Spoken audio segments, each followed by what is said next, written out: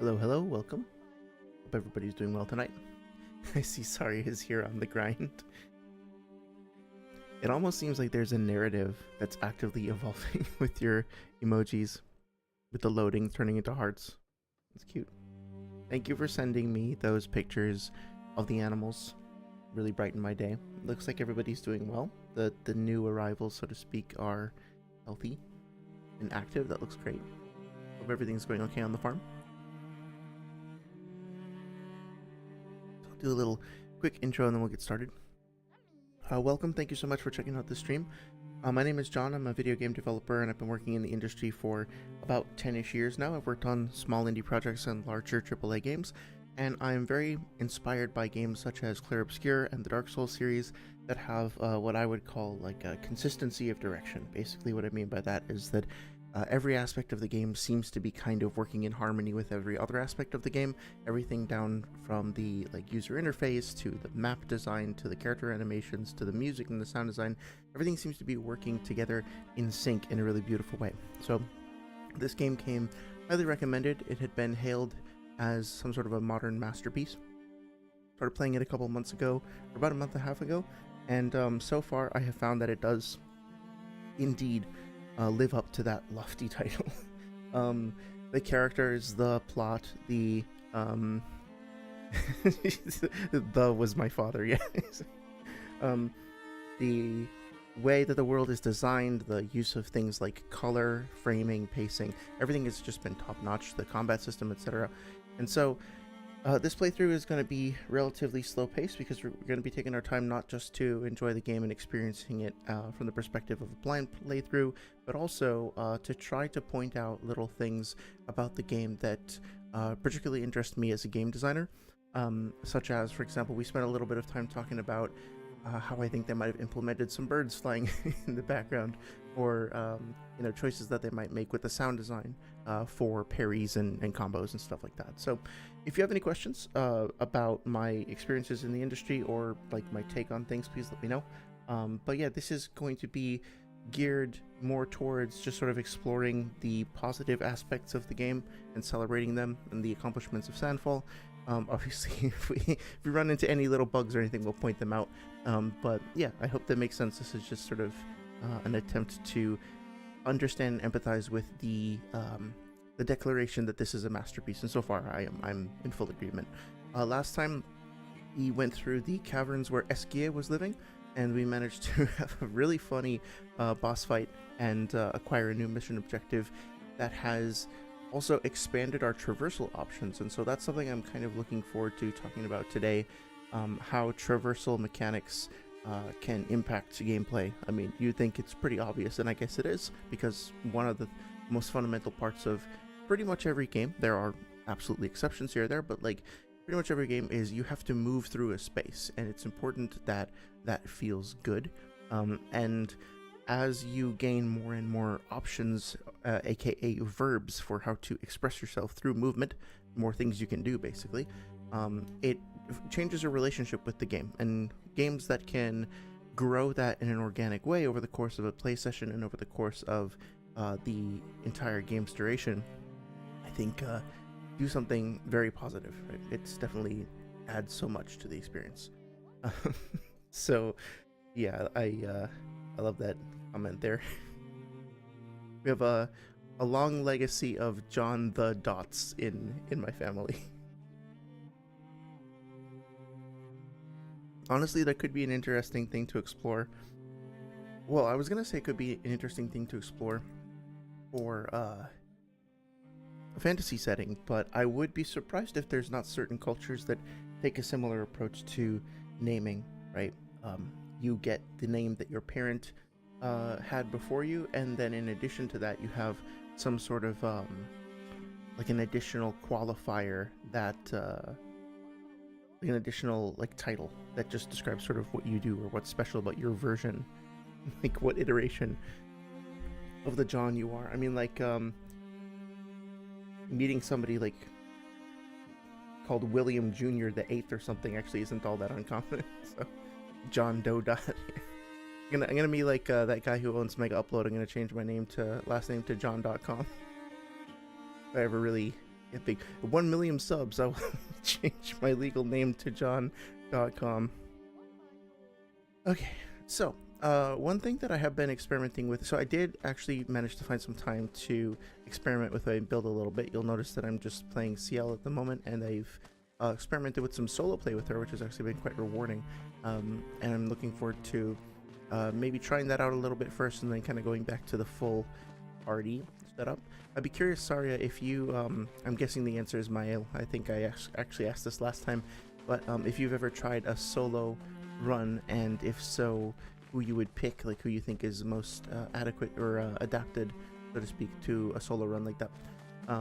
But I think I understand her mechanics a bit better now. I think I also understand the ideas of Pictos, and you know, it never really occurred to me, sorry, as an aside, I am now curious about what that vortex is. Before, I had always kind of regarded that as just like some sort of conceit for, okay, this just means that you go into the portal now, don't overthink it. But no, its design is very interesting. I wonder if there's, it kind of looks like a, almost like a whirlpool, right? I wonder if there's going to be an explanation as to why that particular design was chosen. Sorry, as expected. Sorry, it says yes with Mael. Mael is a fucking machine. Yes, I'm somehow not surprised. And honestly, like, CL seems to be doing really well with like her healing as a form of sustain.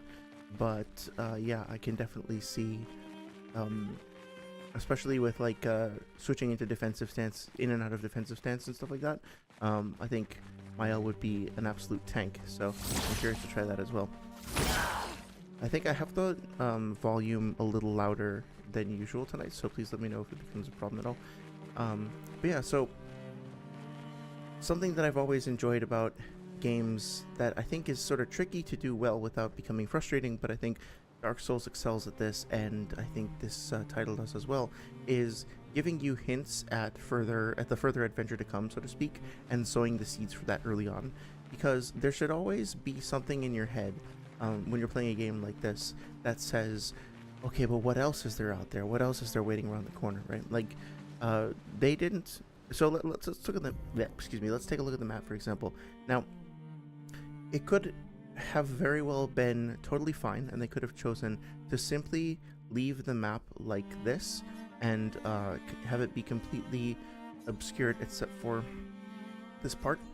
But there's something kind of exciting about being able to zoom out and seeing the full scope of what is to come. Of course, this doesn't mean that every single area that you go to will be fully explorable, right? There could be some areas that are completely hostile. All of this could be like ocean off to the bottom that you can't explore. That's totally fine.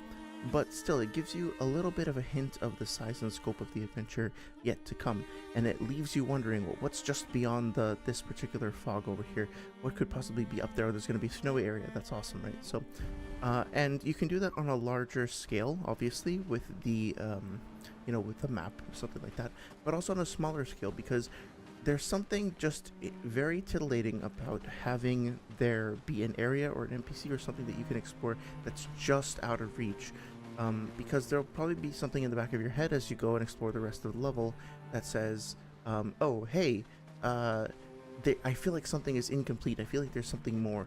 I feel like there's something missing, etc., right? So that can be very powerful, and I think they've done a great job of laying the framework for that. And also, this sort of rock over here is pretty distinct and pretty, I think, invites curiosity. They do a good job of making it feel like a part of the landscape, but also kind of feeling a bit distinct as well, like maybe it shouldn't be there. But it, or maybe it's like some sort of a foreign invasive plant or something like that, right? So you feel, at least I feel encouraged to go and explore and check it out. And of course, once we get with Esquie, I think, or Esquie, I was pretty amused to see that, or not amused is not the right word, but like, if you play the English dub, they also take the time to pronounce his name Esquie or Esquie, something like that. So it's nice that they're emphasizing that, and there are a few things that the English dub has chosen to leave in French, which is quite interesting to think about, like the implications of that. Esquie, excuse me, actually speaks French pretty consistently. Like he says like bonjour mes amis, and then Ciel responds bonjour as well. So, I mean, it's one of those things. Like the only other thing I remember hearing somebody say in French was putain, but I think there was a couple other things I'm just forgetting about. Um, yeah. 1 second. The dog is freaking out. Cass, come here. Just gotta check and make sure she didn't get in trouble. Cassie.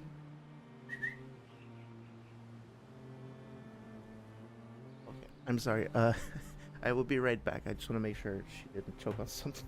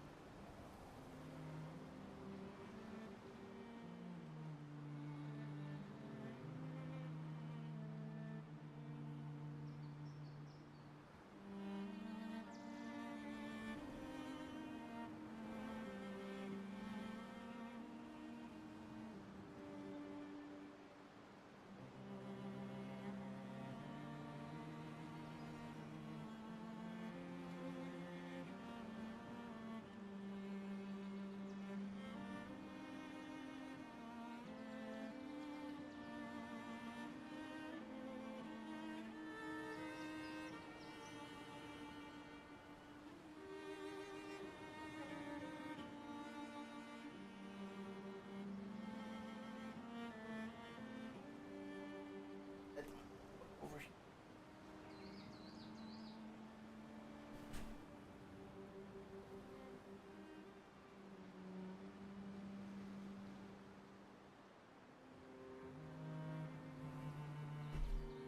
Okay, sorry about that. Getting set up again. So I don't know what she did. I think she probably ate something that she shouldn't have, and now is guilty about it because she's lonely because my partner hasn't come home yet. So I put the bed behind the computer so she can stay in here, and hopefully the cats will stop bullying her, and she can. Okay, sorry about that. Thank you for your patience. Yeah. So I am curious now also to learn about whether or not these rocks and the particular coloration of the rocks will be connected to anything else. So let's actually test that out. There's something I saw over here which kind of piqued my curiosity. Oh yeah, I was also talking about which words were left in French versus in English. And that's another thing where it could entirely just be something that they put in there for fun. But I wonder if it's not like maybe there's something a bit more deep to it. Like certain characters will say certain things in French for a certain reason. Not sure. We'll have to see how it pans out. I think that's where we were last time. I just want to do a little bit more exploring. And specifically, I know I saw one around here. I will say also that if, you know, they absolutely could have just given you a button that you press that then makes this stuff all go away, and that would have been totally fine, right? It would have been absolutely acceptable way to like lift up a barrier or a gate that leads to another area. However, they decided in the active decision not only to make it a movement verb that you can acquire, but something that also enhances your relationship. They made it a part of your relationship with another character, so it's being used actively as part of the plot. And they also made it something that is fun to do, so that you'll probably, you know, it's very, very satisfying to just break this stuff. So you'll probably be inclined to look for more areas where you can do this just because it's fun to break stuff. I think I already bought all this stuff. Yeah. Just checking. Okay, so now I saw the thing that I wanted to test. Come on, Esquie. Acceleration. Excuse me. Here we go. Okay. So, not yet. Nothing yet. But I'm very curious because, granted, this does have a little bit of a different texture. What's that? This does have a little bit of a different texture to it. Not quite the same. But it does feel, you know, like it's sharing some of the same visual design elements as the breakable rocks. So to me, the game has basically said, hey, if you see something of this color with this additional color running through it, it might be something that you can break. And so now I'm kind of like primed for that. Or at the very least, it might be associated in a Pavlovian sense with like opening up a new pathway or something like that. So now I'm going to try to keep this in mind and see if they pay, not pay dividends, what's the term for it? Like if it comes true, turns out to be true, I suppose. Now, this is something interesting. Okay, so I'm noticing that the vortices or whatever are... This one in particular is coming out of the head of one of these fallen over characters. So, let's see. Cass, can you come here, please? I can hear getting into trouble in the distance. Oh, this... We've already been here. Yeah, I think so. Yes, we checked it last time, in fact. Okay, so now we can get, we can go back to where we were previously. This vortex over here, or entrance, is not coming out of anybody. It's actually quite well hidden.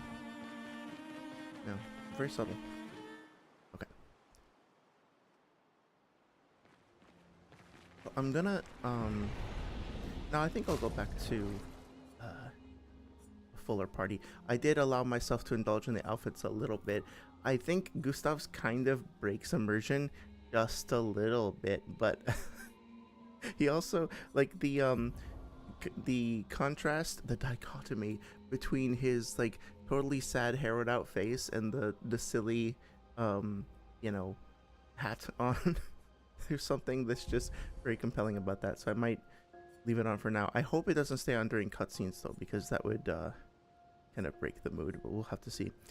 Gustav is very much lagging behind, so I think we're gonna leave him out and just do Maël, Lune, and Ciel. Oh, by the way, sorry, I've been totally triggered now, or like just confused. I was looking up an explanation of Ciel's abilities because I didn't understand them at first, and they kept talking about this character called Lune, and I was like, well, who the fuck is that? How did I miss this character called Lune? Who the fuck are they actually talking about? Lune? I was losing my mind. But of course, yeah, that pronunciation is really leaned into. Speaking of leaning into, is it just me or all the characters like leaning to the side? What the hell? That's weird. Anyway, not a big deal or anything. Okay, one. Oh, sorry, demands puppy pets. Let me see if I can get her back over here. Hey, Cass, come. Come. Yes.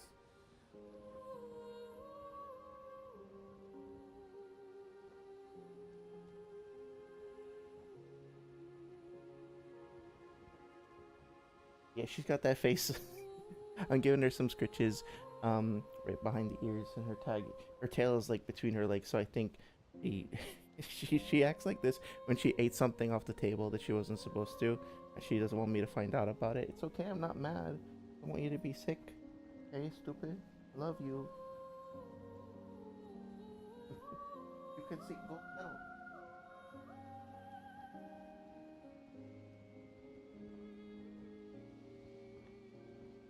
Okay, we're figuring it out. No. I don't really have much interest in doing a face cam, but when I do the Dark Souls 2 music stream, which I haven't forgotten about, I had thought about doing like a hand cam. It sounds weird to say out loud, but like basically I have a like a keyboard, and I wanted to illustrate like the spacing of the notes and stuff on the keyboard. It might make sense to just like do a capture of the audio software I use instead of showing my actual hands. But one thing that I would consider doing is like a cat bed cam or a dog bed cam, and you know, just letting them have a little bit of a presence on stream. But just have to be in the right mood for that, which they seldom are. My cat, one of my cats, Luca, has a very keen sixth sense for knowing exactly when I'm about to start a meeting at work, and he will just teleport onto my lap, into my face, such that the people during the Zoom meetings and stuff more consistently see him than they see me, which is probably not gonna be great for my career, but whatever. I think it's totally fine. They all seem to love him. Yes, PupCap. Okay, I will genuinely think about how to do that. So I'm excited to note also, let me bring the music down just a little bit. I think it might be a little intense. Hello, I'd like my mouse cursor, please. Okay, here we go. One sec. Right, because I think it's going to get pretty intense once we actually start getting into combat. So, yeah, I would definitely like to do that. I have some good news, which is that not only is my, I found an artist to do some art for the intro of the stream, and I think they are willing to work with me to kind of develop it a lot over time, which I'm excited about. But I'm also found another artist to do a banner, and I'm really like their style. I can't wait to share it with you. It'll probably be something like 4 to 6 weeks, I think, before it's done. But it will be really cool. I'm like currently doing some sketches for it now, so I want to keep growing this stream. You know, I'm very grateful for the views and especially the conversation that we've had both on these streams and on the Naruto streams. And I want to try to pay that forward, so to speak, by, you know, getting some art up and fleshing things out a little bit over time. I probably should have done some healing there. Yeah, I actually am going to need to postpone the stream this Sunday because we're traveling this weekend. I forgot there's a holiday. And so part of why I'm like diverting my attention a little bit at the moment is because I have to pay attention for well, we're all kind of like up in the air, like scrambling to get ready and stuff like that. My partner and I are both working a bit of overtime, and so it's like just kind of a lot at the same time. It's all good though, but if I seem a little bit extra disorganized, that's why. I gotta say, I really love the damage feedback. That ability is really cool, and the way that the beams of energy seem like they're emanating outward from inside the enemies feels very Bloodborne.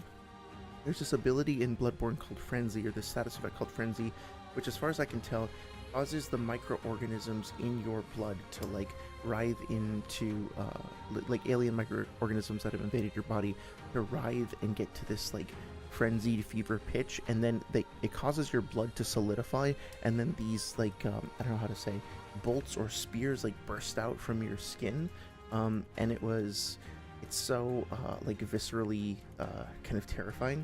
And I like that it seems to be a similar thing that they're going for here. I'm not sure. It could be like a stabbing type thing, but it almost feels like CL is tapping into the darkness inside of them and causing it to erupt outwards. Really cool.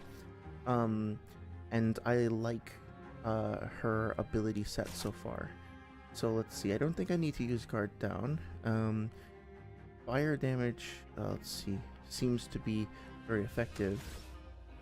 I should actually see if I can switch to a Picto or Illumina that gives me one more AP on start, so that I can like start off with a Fleur Fury, and that would give me an excellent beginning.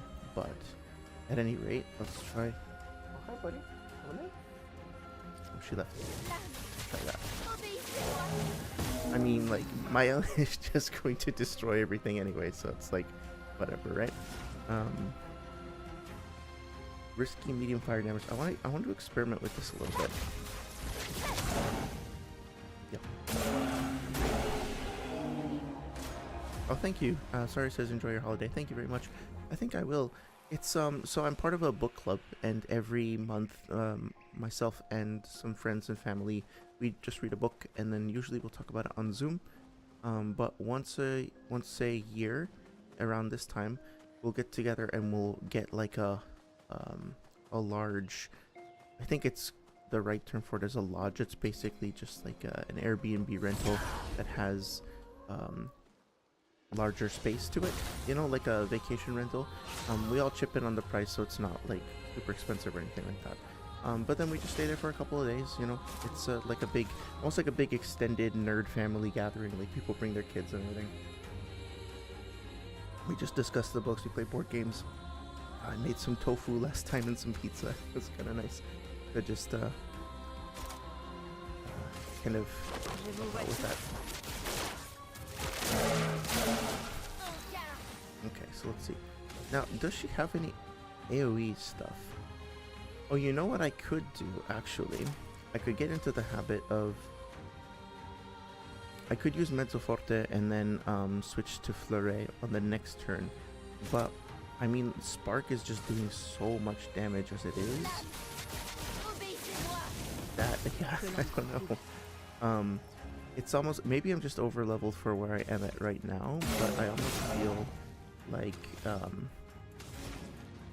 I should play solo just because otherwise I'm not going to give any character enough time to strut their stuff, right? But we'll see. How do you feel about that, actually? Sorry, do you think that the game is better or worse if you, or not? It's not the right way to put it. Like, how do you feel about the fact that the game gives you an option to run a solo character? Do you feel like incentivized to play that way? Do you think there's like clear-cut strengths and weaknesses for or against that position?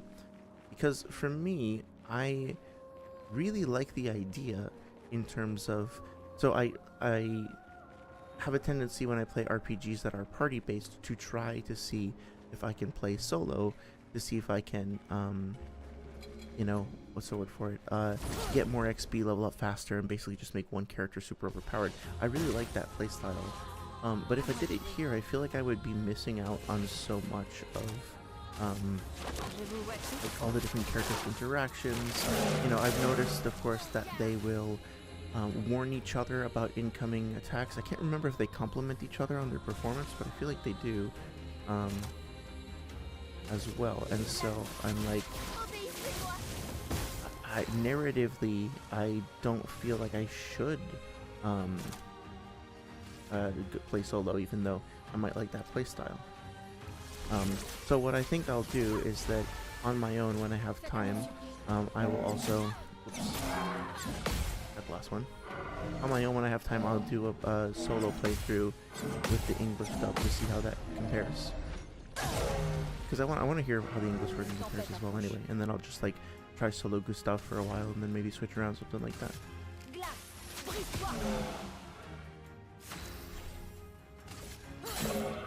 Oh, that did nothing. Alright.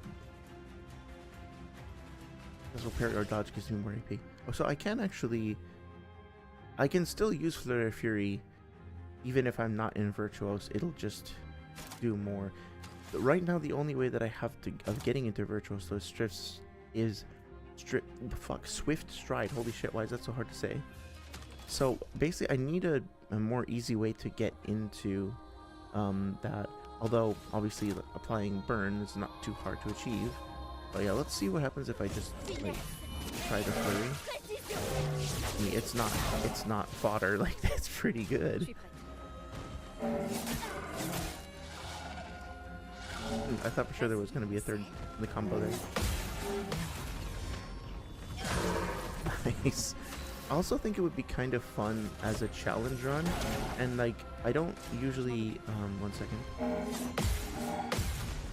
I don't usually enjoy challenge runs all that much, but I feel like in this particular game, it would be a fun challenge to do a how would you say, a parry only run, where you never use any skills or abilities. You can only damage enemies via counterattack. And given that, especially as a solo player, and given that there are quite a few already that I found, or sorry, even if you have like a singular solo party, given that there are quite a few Pictos that I've already found that enhance your like solo protection and damage output, and also that enhance your counterattacks. So far, I'm feeling like it's... Nico, no, it's not, my cat's acting up. I'm feeling like it's probably not too hard to build specifically around counters. You want to see outside? Now my cat is clawing at the fucking blinds because he wants to see outside. 1 second.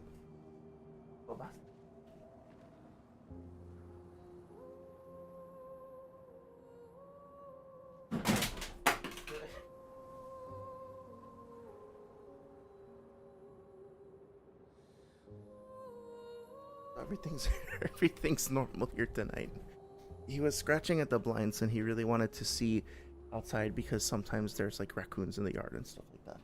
But instead, he just knocked everything off my desk. Normal shit. Saria says, I actually prefer it because in Tales of Exilia, am I saying that right? Exilia? I would always let my party die and just win with Jude. Yeah, I mean, like, that's kind of what happened with the fight against that giant. I don't know what the creature's name was, but we fought against that really big creature previously. Oh, cool. Intéressant. And, yeah, that is interesting. There's like a dead one over here. Oh, cool, and there's a sword through it. But that sword doesn't look like an expedition sword. Maybe it is. I loved it. This is such a Dark Souls thing to do. Like, this, I mean, it's obviously not exclusive to Dark Souls, but like, the Souls games do such a great job of that kind of environmental storytelling. So now, I hadn't realized it, but these kind of sort of trumpet mushroom type things look very similar, if that's the right term for them. Like the coral stalks look very similar to ones that we've seen statically in the environment. So that makes me wonder, okay, are these creatures sort of like brought out from the environment and breathed life into, or have life breathed into them, something like that? Very interesting. And now I want to understand more about the nature of the conflict there. I think, yeah, I wanted to go, not letting me go back down here. Okay, I'll loop around. I don't think there was anything else here. This is just bringing us back to the start now. Yeah, I think so. Or maybe not. Maybe not. Maybe not. Okay. Take a rest. Okay, let's see. Harvester's Hollow, it's called. I'm still not sure if I'm speccing correctly, but I mean, seems to be working okay. She seems to me like she's gonna be some kind of crazy damage dealer. So 335 to 336, 337, 336. I think I want to increase her might quite a bit and see what that's like. As for her, oh yeah, that's the other thing. For whatever reason, maybe this is me just being stupid, but I never noticed that her, actually that felt like kind of a waste. That wasn't really all that much for that amount of damage, for that amount of crit. I never realized that the Pictos themselves could give you stuff like extra crit boost. I think it's pretty obvious now where I was getting all that extra health from my ale from, but yeah, I hadn't realized that that it was doing such a dramatic boost to other things, like speed and crit. Okay, Cassie. So let's see. I'm gonna try to find more things that will put me into a virtuous stance. Rain of Fire deals medium single target fire damage, 2 hits, 3 burn per hit. Ooh, defensive stance applies 2 more burn per hit. So that's 6 burn. That's already pretty good. Now nothing in there seems to really be going into virtuous stance. Egid? There's allies by taking damage in their place. Oh, okay, cool. That could be useful, but this is where I want to go. Reduces self-health to... Oh. That could be useful in a clutch, but I don't think I want it right now. So I did this before. Breaking rules. Deals low single target physical damage, 2 hits, destroys all target shields. Oh, yeah, I remember that. Okay, so I think we're just going to keep going into fire. As generic as that might seem. Like, fire is just so reliable for big bursts of damage. And before I forget, I actually want to go give her some Picto that lets her start off with more AP. So, where was it? Healing mark. What if I, hitting a marked enemy, applying burn, marked enemy, base attack. Yeah, that's pretty good, but where is the... Is it in the Luminous? Where is it? It's like augmented first strike, no. Energizing start plus 1 AP on battle start. Okay, so I need gain power for 1 turn on base attack. That could be useful, but I'm not really using base attacks with her all that much. Attack lifesteal. That's from the Picto. What else do I have? Oh, rewarding mark. AP on dealing damage to a marked target once per turn. That's pretty good, but I don't have any guarantees. Critical chance on burning enemies, that feels really good. Okay, 3 AP on killing an enemy. I think, oh, exposing attack. Yeah, let's replace this. This is fine, but specifically I want this. Oh wait, there's another one. I could have just done that. I see. So there's like different tiers of them. Okay. Right now I only really need one. So I can go back and put something else in there. What else can I get? Critical moment, critical health, augmented first strike. Ah, okay. Perfect. That'll be great. Nice. I'm liking the system more and more. So let's see. Okay, learn skills 4. I will say it's still a little bit overwhelming, but you know, there's still plenty of time to expand on things. What does she have to offer? Yeah, I was gonna save up some for more of the other higher skills. I like that the skills trees are expanding in multiple different directions and feel like they have different meaningful options. Low dark damage to all enemies. Well, as I say that, consumes foretell per hit for increased damage. Okay, that's fine. What about this? I think I need more like physical damage stuff. Medium single target damage. Critical hits apply an additional foretell, and that's a sun ability. What about these? I only have dark ones. Oh, this does both. Deals high and can break. Okay, so yeah, we gotta get this. Okay, great. Land skill. Bad Omen deals that one I've been using all the time. Deals medium dark damage. Sun. Load single target. Consumes all foretell. Searing Bond, King / Harvest. I think I'll swap it with that and see how that goes. Okay, here we go. Let me just check on things. Yeah. Excellent. Okay, so I want to poke my head up here and see if we missed anything. Oh, was this the intended path from before? Yes, okay, so this just kind of looped around like that, I see.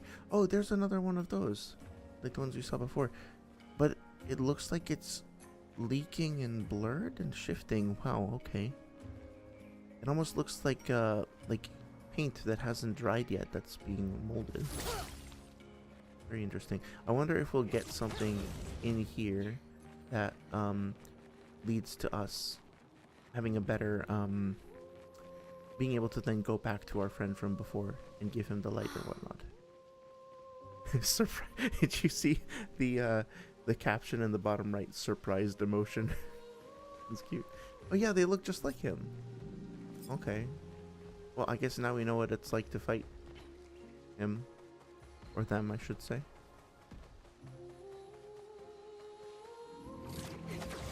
So I actually would have missed that anchor point probably if it wasn't for the fact that my controller was vibrating. Oh, hello. Wonder if this is the same guy. Why would she paint these things? Eating the world. Oh, eating our world. We used to have fun here together. I wish we could still have fun, sister. Try to communicate with the boy. The boy ignores you as if he does not see you, like the other one.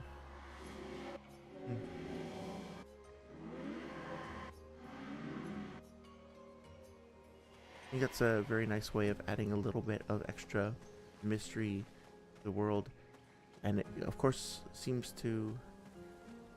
well, so now we have these two things that are placed so close together, and now this boy's talking about his sister. Makes me wonder if this is supposed to represent the two of them, right? Like, were they spirits that were somehow connected to these physical shells or something like that?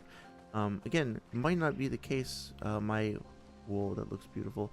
My interpretation might not have anything to do with that, the reality of it, but it's still really interesting, and it still feels like the game is doing a great job of kind of seeding these little mysteries. If I'm not mistaken, we see some of these kinds of hands with these kinds of patterns on them elsewhere in the overworld map, and so I love the way that they're like kind of sprinkling through little mysteries in the overworld, but then also giving us hints and clues as to what they might be as we're going through the individual levels. I'm guessing these guys are not friendly. Yes, I'm correct. Saria says Loopadoop. Yeah, I kind of wanted to be thorough, so I kept going in a circle. Whoa, this guy is so cool. Almost looks like he's meditating. Let's see. Can I get a shot? What the... He kind of glitched out there. Okay, so... Wait, why did I start with one... Oh, I think the trebuchet is actually giving me stings? Yeah, it is. Okay, interesting. I should probably do something about that or pay attention to what my weapons do. Look, allies. That rush. Cool. Vas-y, essaie. I did not see that coming. Appréciable. But that didn't hurt me too much. Okay, that feels fair. Attends. Nice. Yeah, the counters just feel like so overpowered, but not in a sort of complainy sort of way. But yeah. It's just what happens if I break the pots? He has such like a whimsical attitude, but also come at me, bro. What the fuck you gonna do? I'm on my cloud. Fuck you. He's such an attitude about him. Saria says he's sitting on the Nimbus. He's on cloud 9. Yeah, exactly. Oh, I see that he's got the pods on the and the little light as well on the cloud. That's really cute. I like it. Cloud 9. Yeah. So I wanted to try, was it Phantom Blade? High dark damage, one hit, consumes all 4 to deal additional damage and can break. Medium dark damage applies damage in 5 to the target and all burning enemies. But I don't have any burning enemies right now. But I'll try this. That's pretty great. So she's in Virtuous and has enough to go into Flurry, so let's start off with that. Nice, okay. It's not like it's a real problem if she doesn't do that on the first turn, though, if she wants to apply some stacks of, whatchamacallit? Some stacks of burning could be useful. I always feel like CL or Lune has not enough AP, but I think it's because she's getting extra turns, basically. Which is now making me think that extra turns are not all that useful if you're not going to be... One second. Oh, shit. Unless you're going to be actually, like, having the AP to take advantage of that, but maybe it's, like, more useful later on. So, let's see. Harvest. Okay, so I have one sun. If I were to use Harvest, it would activate the moon's state, like the twilight state, rather. So if I do this, oh, I just killed him. Yeah, see, I'm too strong. I'm killing him before I have the chance to do anything. Like test my combos and stuff. Let's see. Yeah, nice. Very satisfying. I do sometimes feel like I'm like not doing the right thing, but let's see. I need to get better at healing characters in combat as well. Okay, so 267, generate a random... Oh, that's right. Generate a random standard free aim shot. That could actually be very powerful. I need to pay more attention to that. But that means that I should probably give her some free aim related things. Healing skill, generate one additional light stain. I think I prefer this one so far. Yeah, I need to pay attention to that. If that's the case, yeah. Just keep that in mind going forward. So it might make sense to have her do like a turn of dumping a whole bunch of stains, or like a whole bunch of what's the term for it? Not stains. Free aim shots, and then try to like proc marks and stuff like that. That's cool. Free aim kind of feels at times like an accessory or something that you just have to do to to certain enemies because that's your only option. But now it's actually turning it into a like a bespoke, viable option.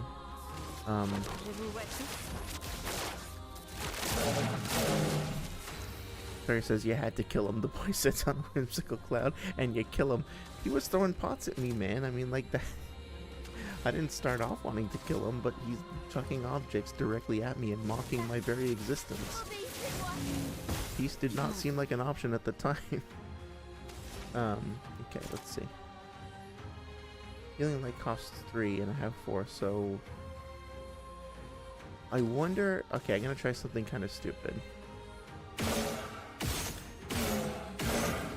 Okay, what I was gonna try to do would be to then like consume 2 nature charges, but I obviously didn't get them, so whatever.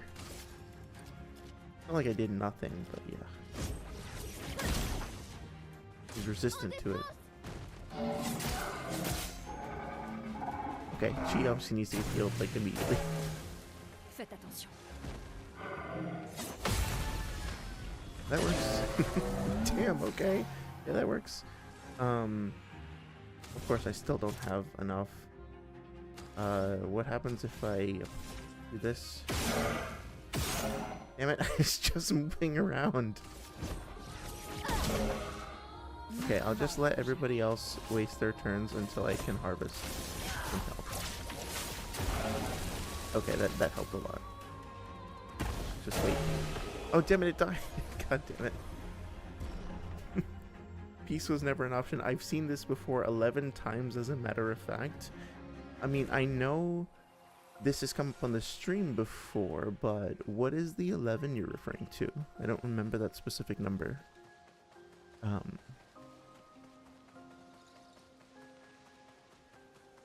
Yeah, Ce sera utile. Death bomb on death deal damage to all enemies. That's kind of cute. Critical rate 10%. Also just nice to kind of take in everything that's happening. There's so much like storytelling, yeah, and then that big guy over there. There's so much that's happening in terms of like environmental storytelling, combat, like the placement of items as well is doing a really great job of like encouraging you to explore and find more lore. Sympa. So far, I will say the only problem that I have with the game's economy, so to speak, the water is fucking beautiful, by the way. The only problem I really have with the game's economy right now, so to speak, is that I don't find chroma very useful. Because, you know, like in Dark Souls, when you have the generic currency that drops when you kill enemies, you can use it to either purchase things or to level up. And so, oh, that's a weird little visual artifact there. You can use it, yes, to purchase things. You can also use it to level up. It feels like every time you kill an enemy, you're getting this specific kind of currency, and you can use it on a variety of different things, and it gives it a sense, in my opinion, it gives it kind of a sense of, you know, versatility. You're always feeling like you're gaining something at all times with every major or every even minor combat engagement, or just picking up something in the environment. Second. Damn it! Oh, this is the last one. Oh shit! It wasn't the last one at all. But here, like, obviously, it's weird because sometimes you get you find items that upgrade your weapons, but sometimes you get like a shitload of weapon upgrades in combat, or like as a result of combat. Like you get multiple levels simultaneously. You can get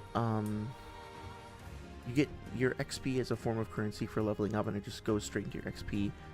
You don't really have to buy consumables. I don't think you can. Like, the chroma really seems to just apply to cosmetics, and I know some people really like that, but then the thing is, this is some sort of a magical resource that you're, I don't know, like scavenging from the environment, and your characters are reacting, sometimes saying things along the lines of like, oh yeah, this could be a useful advantage to us, like c'est de l'avantage, right? Stuff like that. And so, one second. Oh shit, I was not expecting that. That was cool. But yeah, I guess I was kind of I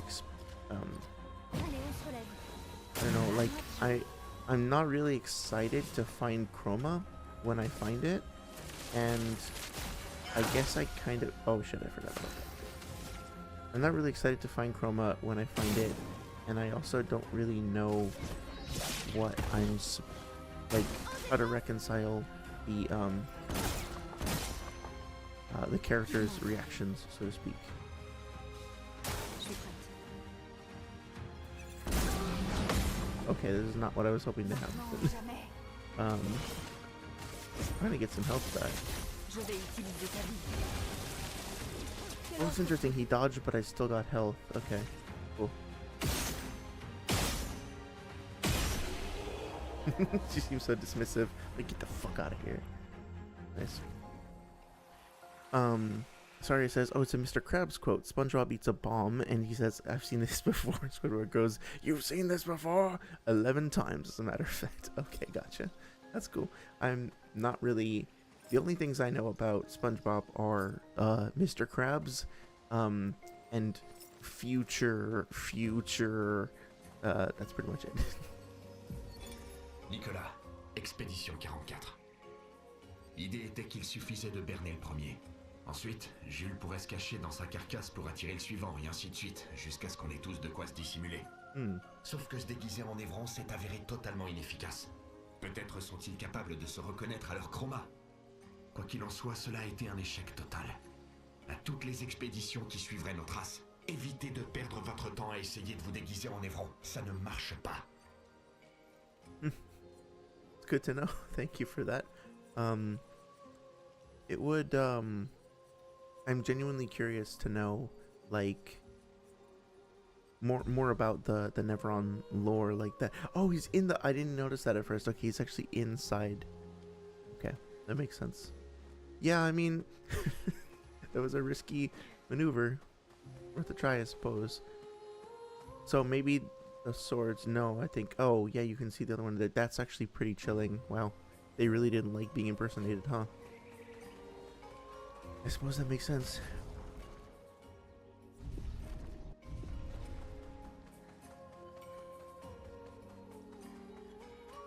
Oh, okay. Another one. This is fucking creepy, I will just say. Yeah, no, I'm good. You don't have to do that. Damn it. They get creepier and creepier every single fucking time. Oh my god, okay. I really am curious about, like, narratively... Oh shit. Okay, well, this is off to a good start. If there's a reason why, if there's a reason why they always wall up at first, is it just part of their, like, combat mechanics, or is there something more to it, something about their story?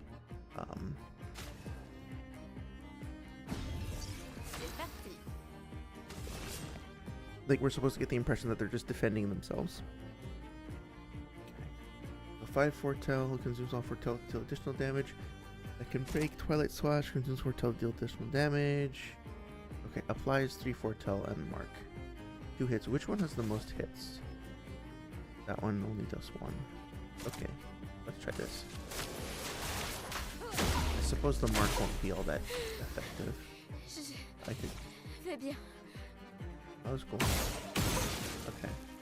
So, he's stanceless, but now I can go like this. Do that. Nice. Okay. Survie, s'il te plaît. Je me sens mieux. Damn it. I just screwed up that last one. It should be fine though. Let's see. I think... if only I had a mark from another character. Lightning damage to random enemies, consumes that for increased damage. Okay, I don't really have any of that, so I feel like my skills aren't very optimized for Loon at the moment, but that's okay. Applies 3 burn, applies... Yeah, relation seems fine. It's just such a consistent, like, damage dealing spell over time, I think. Je m'en occupe.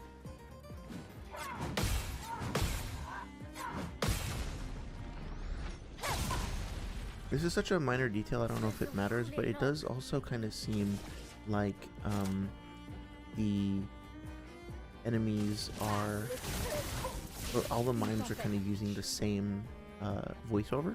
which is interesting. Like the same sound effect.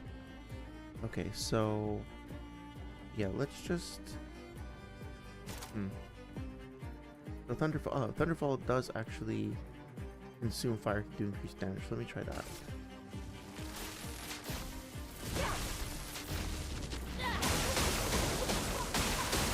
I suppose I could have started with that to burn through his shields better. Damn, brutal. Okay. Prendre des risques. Well, I think I'm going to do. See, he has 3 foretell. Plus 5 foretell to the target and all burning enemies. I think I'll do this. Good. Taking a long time to get through shields. Nice, there we go. Better. And I think I'm in Virtuoso, so I will do. Honestly,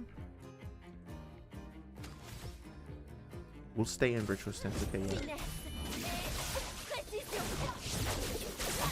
That's something I could do as well. Is I could potentially like give her. This is extremely risky. This is not a good idea.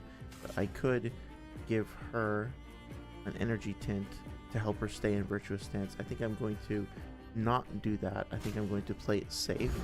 But the idea of like other characters basically just being like a battery for Mael is kind of funny too.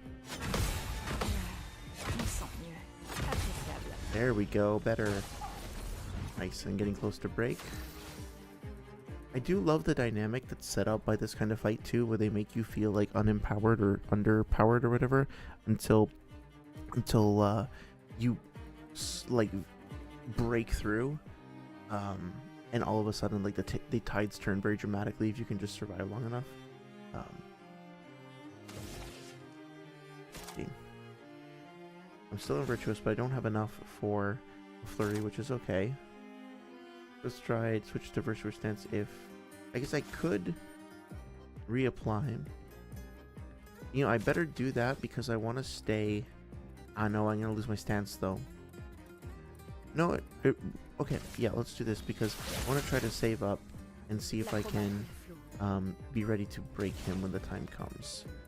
As for here, do I have anything that consumes light or lightning? Not really.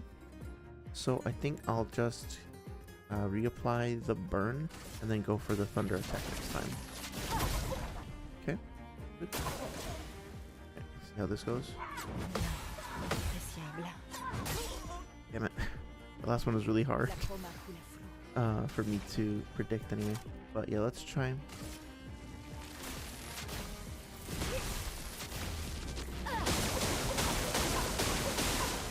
Still not enough to break. Je m'en occupe.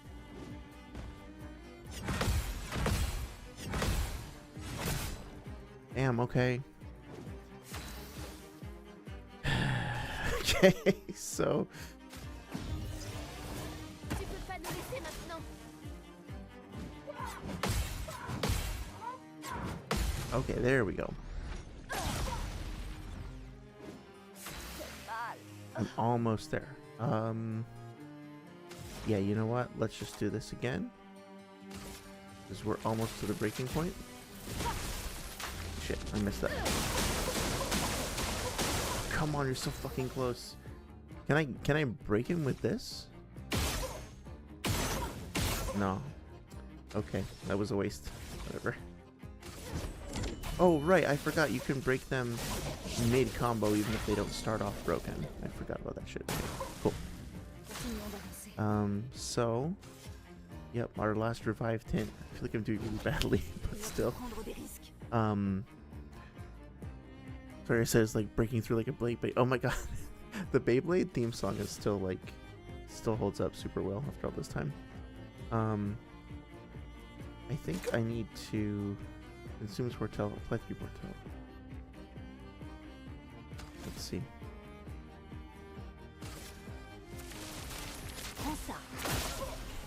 Oh, there we go. Yeah, that's better. Damn it. There we go. Okay. Wow, he still has a lot of health. I gotta be careful here. Yeah, I'm gonna give this to Lune. I do like how the game kind of seems to be consistently, maybe I'm just bad, I don't know, but like it seems to be consistently lulling me into a false sense of security and then like kicking my ass, which is great. Damn, okay, that was awesome. Faites Remember to attention. do that more. I'm also curious now, it looks like the material that they're using for the whatchamacallit, for that sort of like ethereal, like liquidy kind of ghost effect that shows up on that wall and also shows up on the enemy's hands. It looks very similar to the one that they're using for the vortex leading into this area, so I wonder if there's a connection there. Oh, sorry, it says Dragoon. You know, one of my favorite games is Drakengard, and in Japan it's referred to as Dragon Dragoon, which I always thought was funny. Okay, so let me see if I can get okay, so that can break. I don't want to consume all my Fortel, just that I want to add some more, but I need a dark type attack in order to trigger Twilight. So low dark damage, consumes Fortel to deal additional damage. I don't want to consume though. Applies 2 Fortel for hit. Okay, well it will actually, okay, all of these do some amount of Fortel, so let's just try harvest and get back into it. Okay, I should be in Twilight after this. Do a basic attack. Love some AP.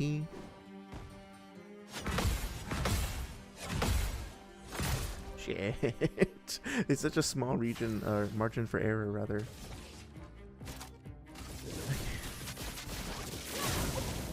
Nice. Okay, Twilight. 100% damage, 2 Fortel applied, 2 max Fortel for 2 turns. So, what is the max amount of Fortel I can get going? 5 from that, 3 from that, 2 from that. Let's just try Searing Bond. Okay, got up to 10. That's pretty good.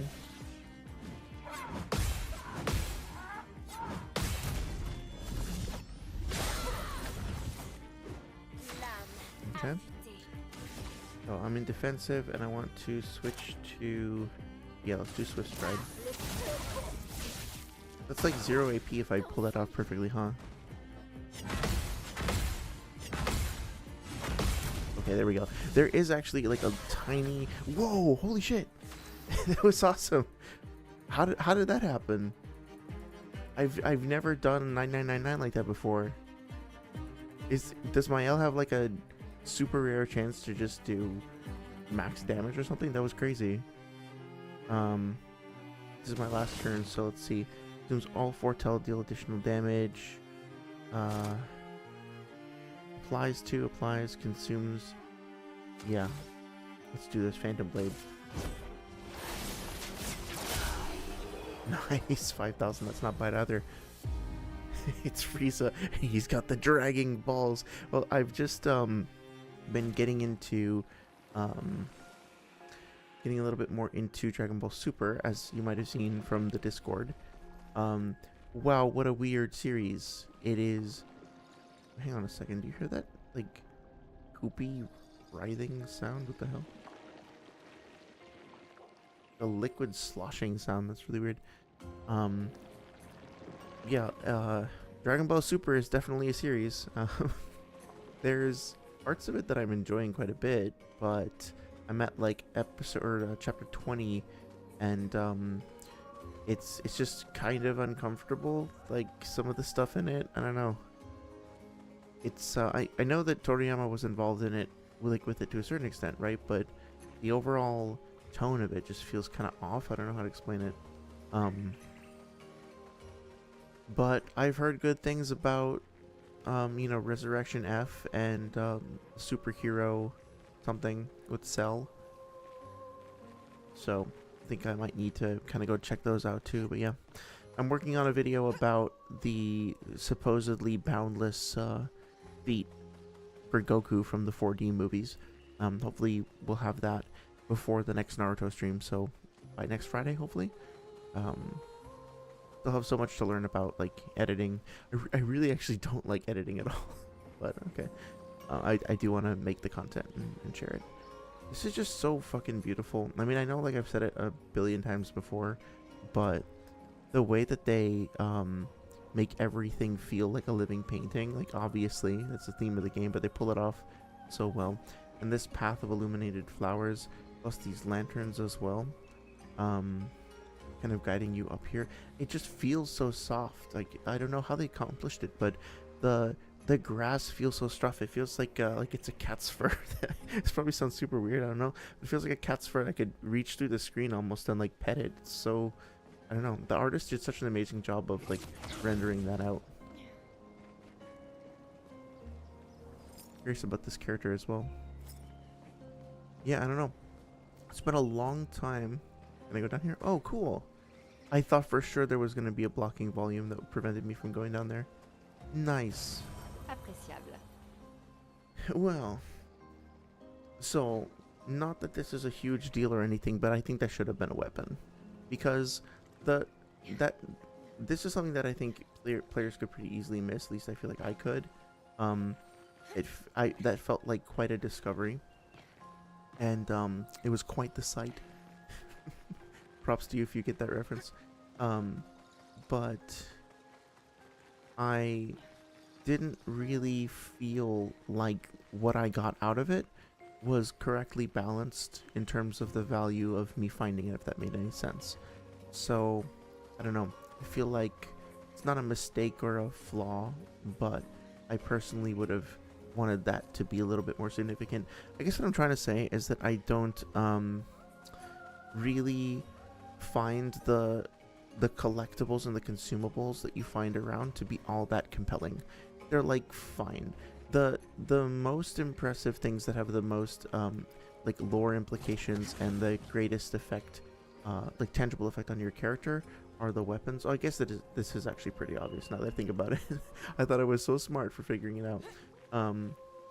But you know, the sorts of things that have the most tangible effects that really feel like they're dramatically shifting your character around tend to be the weapon upgrades. I'm not really all that excited when I get a color of Lumina. It's fine. I'm not really all excited when I get like a repaint or whatever it's called. This looks like critical path. I better go back down.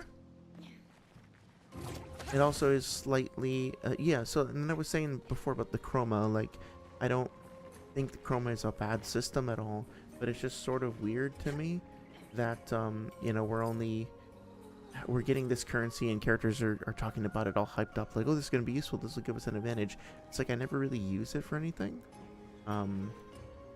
It's also a little unfortunate. Yeah, so this feels to me like a quote-unquote mistake. Like, this is something that if I were on the team, I would want to advocate for this to be changed, if at all possible. Is that, so you've already, the developers have already told us that it is good to explore, and specifically to explore things like this, and exploring things like this directly leads to tangible rewards and is good. And then they're giving us another opportunity to do that, but this one arbitrarily we can't explore. I understand why something like this might have been done, basically because you don't want the player falling in the water, you don't want to implement like a water system, that's okay, but at the same time, it would have been better to just make this a rock. And if you're going to put a blocking volume up here and make it impossible for players to move, at least like make it so that there's like a rock outcropping or something like that, so that you're not visually seeing the same like kind of visual cue as you did before over here that indicates that you should be going down here and exploring, because it just creates like an inconsistent experience for the player. Same thing over here, like that all felt kind of janky. I think I understand why they made the choice. It's because they wanted that, like they decided, okay, the first thing that we do here is going to be I wish I recognized that character. I'm sure that's going to be very important. By character, I mean, I'm guessing that's a specific historical figure. I should know who that is. I feel kind of dumb. But yeah, hopefully that makes some sense. I think it's important to establish a consistent visual language for your players and to try to instruct them, like, hey, if you see this, this probably means that. And I felt like that was a little inconsistent there, but I think they probably just decided, you know what, we're going to make the painting of this area, we're going to make the aesthetics, the visuals of this come first, and not in a like graphics glazing sort of way. It's just like a a visual storytelling sort of way, and then we'll fill in the rest later. And you know what? I respect that. Usually I'll be an advocate of gameplay first. This game might have different priorities, and that's fine. It could have been better, but it's not the end of the world. Hey Fod, how's it going? Thank you so much for stopping by. I hope you're doing well. Fod says, I am not a huge gaming person, but what are your top 3 games? Yeah, no worries, man. So on Thursdays, we tend to do gaming streams. We've done Dark Souls, we've done Elden Ring, or Dark Souls 2, Elden Ring. Now we're going through Clair Obscur Expedition 33. And then we're still going to keep doing the Naruto streams. I'll be away this weekend because I'm traveling, but otherwise it's every Sunday at 8 p.m. or 6 p.m. EST. And I definitely have one planned for next Sunday. As for my top 3 games, it's hard to choose because there's a lot of them that I love, but I'll just mention 3 that I played recently that I really love. So honestly, this game is going up there. But Silent Hill 2, both the remake and the original, for different reasons. I think that they do an amazing job of creating fear in a way that doesn't feel exploitative or janky or mean-spirited. Oh, I didn't revive, why is she... I guess I didn't revive Loon. I gotta fix that. You know, it just feels like it explores a certain part of the human psyche in a way that's very, very effective, very unique. I'll also say Sekiro. I don't know if it's necessarily my favorite Souls game, but it has some of the best combat mechanics in any game that I've ever played. And the only reason that I'm able to like parry decently in this game is because I played Sekiro and it taught me how to parry. I also think it has the best sound effect in any game ever, and I can explain why. And then apart from that, I would say maybe Thumper. Thumper is a weird, like, there are other games that I love too, and if you ask me tomorrow, I might change my answer. But Thumper is a rhythm game that has been described as like a rhythm horror game, and more so than any other game I played, it has this really amazing relationship between player input and Mael is just a fucking nightmare in a good way. Look at how much damage she did. It has just this great relationship between what's happening on screen and what happens in your hands. Like, the satisfaction, the connection, the musical flourish that you get when you hit a combo correctly in that game feels fucking amazing. The soundtrack is amazing. The implementation of the world is amazing, such that it is, and meaning that, like, the world itself is very small, but it's just brought to life in a very unique way. I haven't finished it. I haven't gotten anywhere close to finish it, so it's weird for me to say that I love that. It's like one of my top 3 games because I can't beat it. It's too hard. It is nightmarishly difficult. But it does what it does so well that, you know, that's my only complaint about it, is that I want it to be easier so that I could finish it, but also if it were, then it wouldn't be the same game, right? So, used up all my revives. So let's see, marking card. Applies 3 foretell and a mark with the sun. Nice. Okay. Oh, what was that? Oh, shit, I did the wrong thing. Why is she not... I swear to God, I pressed the button, it didn't do anything. Okay. Clearly not doing super well. But yeah, so those are my favorites. What about you? You say you don't play games that much. When you do, if you do, are there any that you particularly enjoy? And either way, are there games that you really like playing? Like, do you watch other streamers who play? On Thursday nights, Thursday, Friday, Saturday, Sunday nights, I think, I watch a streamer called Hams666. He plays a variety of different games. It's a chill environment. Why don't I heal, please? What the hell? Huh.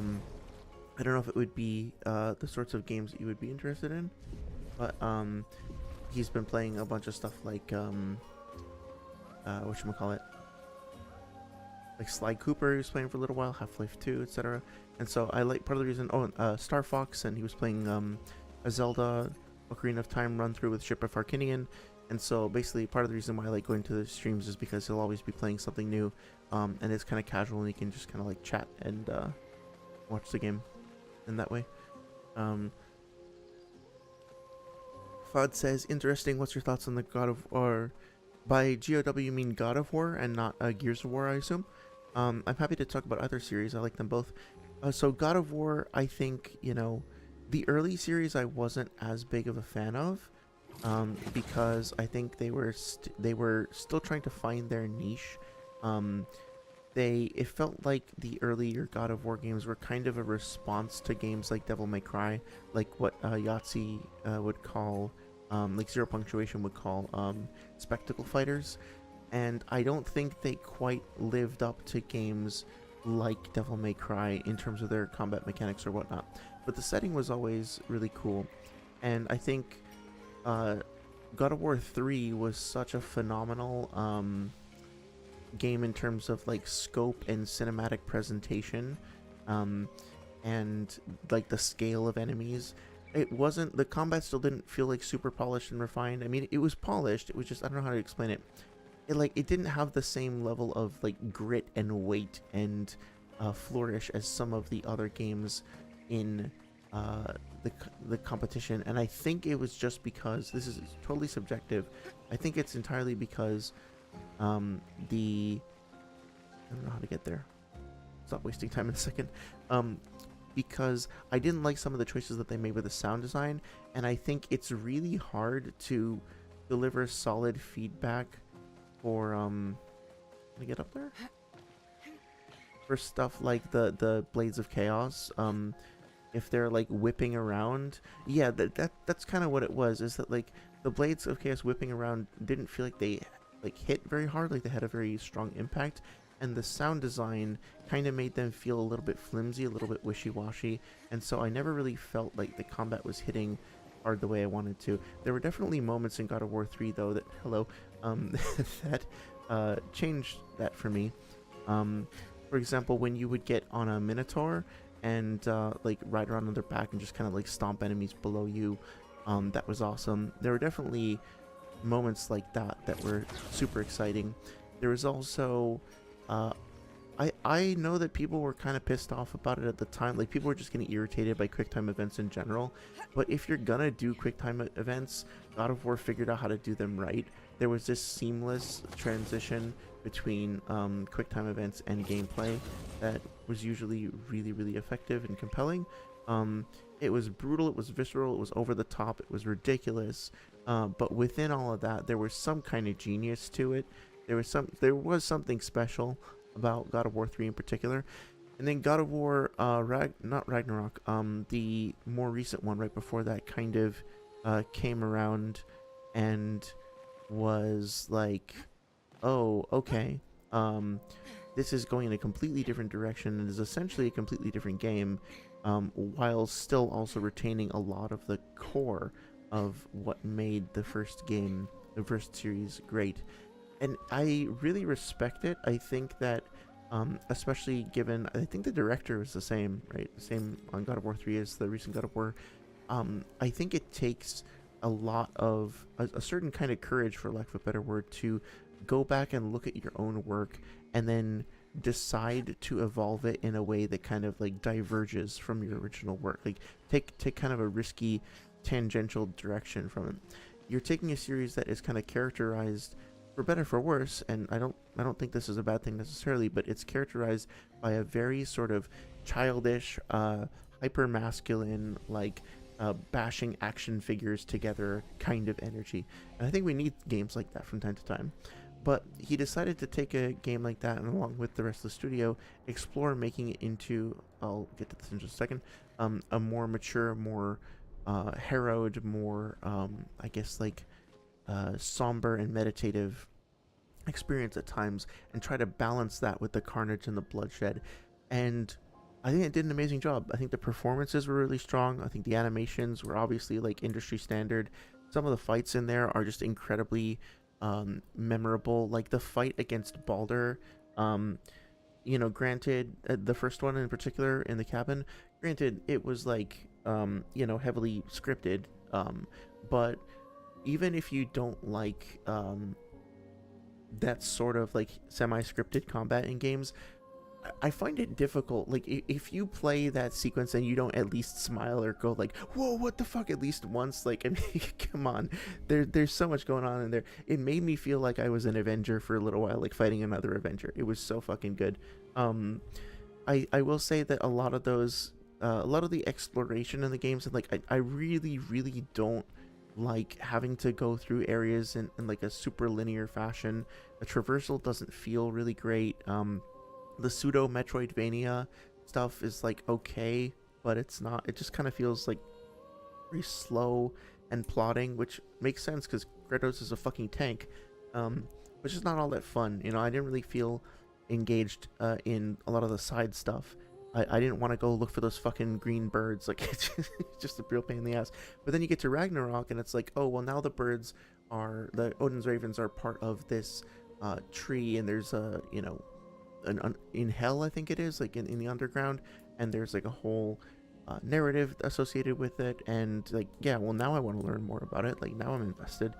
So yeah, I'll stop here for a second, but like I think Ragnarok took everything that the first game did well, the first remake or like modern version, and just expanded on it and polished it and refined it. If anything, they might have gone a little too far in a few places. I don't think we needed quite as much like solo time with Atreus or whatnot, and like controlling a variety of different characters and just kind of splitting off. I preferred the focus of the first story, but it wasn't a mistake. It was just like felt like maybe they were spreading themselves a little thin, but that's okay. Um, yeah. What did you what did you think? Do you want me to give you the long version next?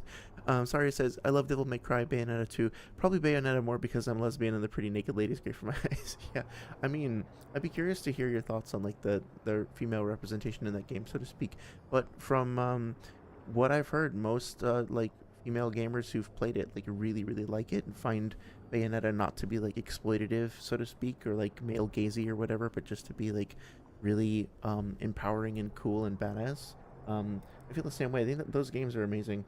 Or at least, I'm sorry, I've only played the first one, but I remember finding the combat really really well done. I mean, it's a platinum game. Like they're some of the best in terms of third person action games, right? So really really interesting cinematic set pieces and boss design and stuff like that. Really really compelling. I ought to get around to playing 2 and 3. Sorry, before I forget, I recently read a book called Bury Our Bones in the Midnight Soil. That is about lesbian vampires. I think that you might enjoy it. It's long and it's kind of there are parts of it that I had to kind of raise my eyebrow at. I was like, really, are we really doing this? But overall, it was really interesting. It kind of follows the stories of 3 different like lesbian vampires throughout history, and then how they're well, I won't spoil anything, but yeah, Audible has audiobook, which is what I listen to. Be curious if you have any interest in that sort of thing. And Fad says, I play FIFA a lot. Oh, dude, FIFA, yeah. FIFA used to be huge at my school. Everybody was playing FIFA all the time. Call of Duty maybe sometimes. And story-wise, maybe Marvel games like Spider-Man and stuff. Yeah, be curious if you have any thoughts on the Insomniac Spider-Man games, like the ones that have came out on PlayStation recently. I think they've been getting a lot of good reviews, but I still haven't gotten around to playing them. Julien, de la 59. Répugnant. L'heure est débile. J'arrive pas à croire qu'elle ait réussi à convaincre les autres de bouffer ce névron. Résultat, ça fait des heures qu'ils dégueulent leur boyau. Génial. Impossible de continuer à aller de l'avant avec autant de malades dans nos rangs. Je lui ai dit et répété que c'était une mauvaise idée, mais non. Avec un peu de chance, un bon bouillon de champignons devrait leur faire du bien. This is what I'm talking about. I love the fact that they're actually thinking of like the practicalities of what it means to eat and survive here. Like obviously they would need to eat some food. I wish that our characters were also discussing that as well, and it came up. It's just kind of funny. Where the fuck did they get a pot this big? Did the expedition like, or did the Nevrons have this pot, or did the expedition themselves bring this with them and then drag it all the way up here on the mountain to cook it? Like, this seems kind of silly, not gonna lie, but maybe there's more to the society here that I don't know. This, on the other hand, is like Oh, it's... You, wow. I don't even know what the fuck I'm looking at. It's so gross and weird, and I love it. And break this. It looks like it's the same sort of material as this. So is this like flesh that is inside the Nevrons? Am I like... I'm hearing like all this kind of gooshy, goopy, like writhing sound that I've been hearing throughout the level. Is this like part of the Nevron's organs or something? And I'm gonna go... It's like one little piece of... Is that a fucking brain? It's just hovering there? What the fuck? Almost looks like they triggered some sort of horrible reaction from inside it. You can kind of see there's like the outlines of bones or something. All these bristles on the top too. Yeah, I love this feels like a very Silent Hill sort of thing to do as well. Like just kind of imply horror without fully revealing it and kind of let your mind fill in the gaps. Take a moment to appreciate how fucking gorgeous this lighting is, these patches of light amongst the darkness. And to have that silhouetted against this. I mean, like, the contrast between those two things. The beauty and the horror and the peace and the terror. Like, they're so good, these developers, at kind of leading you, like, by the hand between those different, like, emotional places, so to speak. Yeah, maybe he should do a little bit more damage, although I'm not really doing anything with the poor guy right now. Mael can continue being insane. And I think we've got enough for you. Actually, very, very squishy. And same with you. I've been neglecting defense this whole time. I need to be more cautious about that. Still saving up for Gustav. Still saving up, still saving up. What about you? Get this? Nah, I don't think I want to do that right now. Okay. Cool. Let's keep going. Making some good progress, it looks like. I think I'm going to pause here for a second. I'm just going to run and check on my dog because she's been oddly quiet. I'm going to make sure she's okay. So I'll be back in like 2 minutes.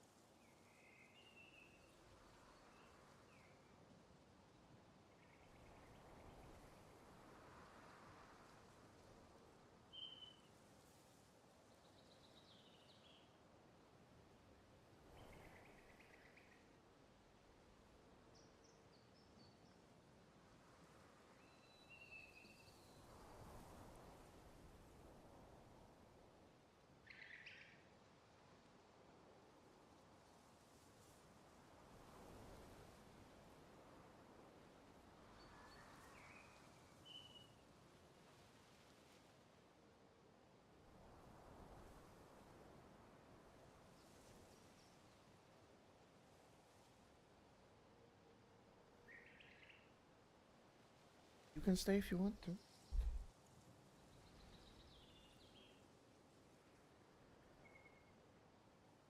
I didn't catch you, so you're not in trouble.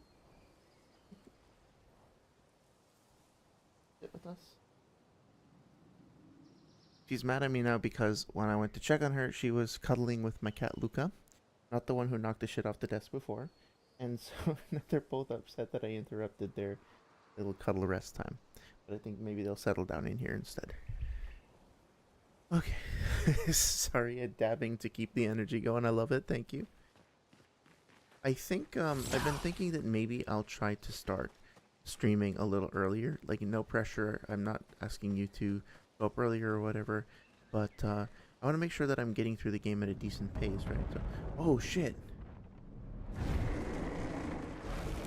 thought I was gonna have to fight the ship.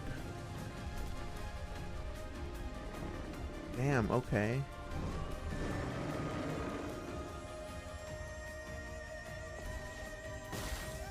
Liz. À couvert.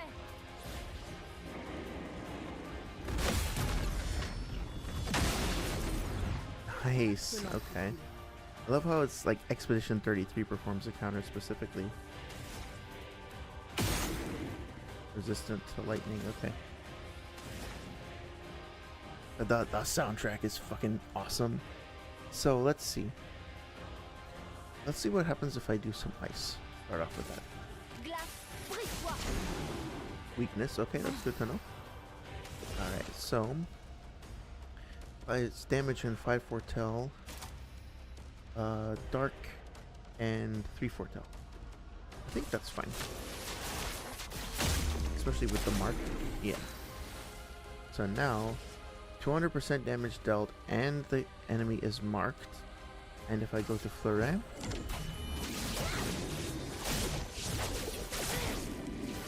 I mean honestly, Saria, if there was an option to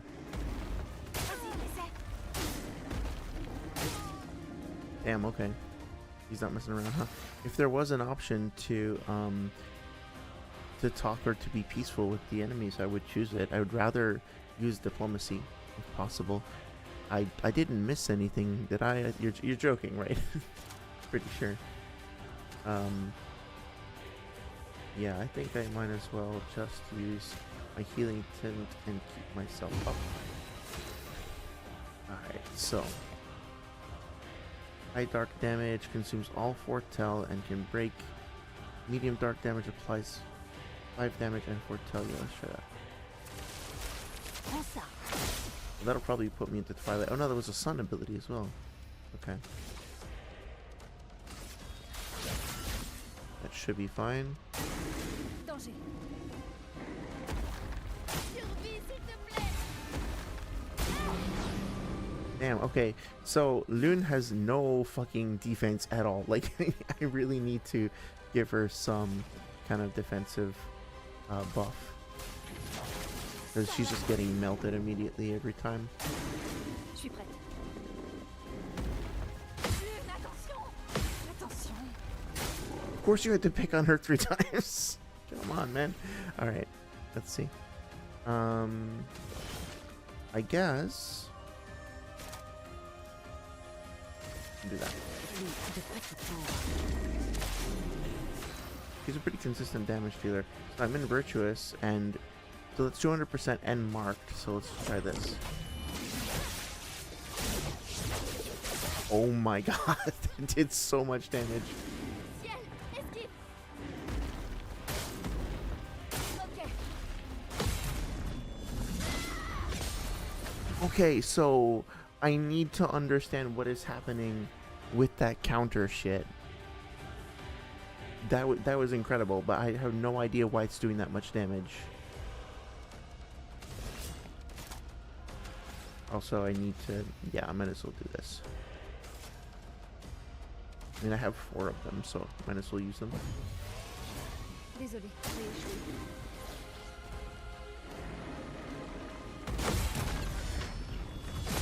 Nice, nice, nice. C'est mal. Very, very satisfying. So, the feeling that I just had right then pressing the button and having it respond that way is the same that I feel when I play Thumper and I end the combo correctly. Hope that makes sense.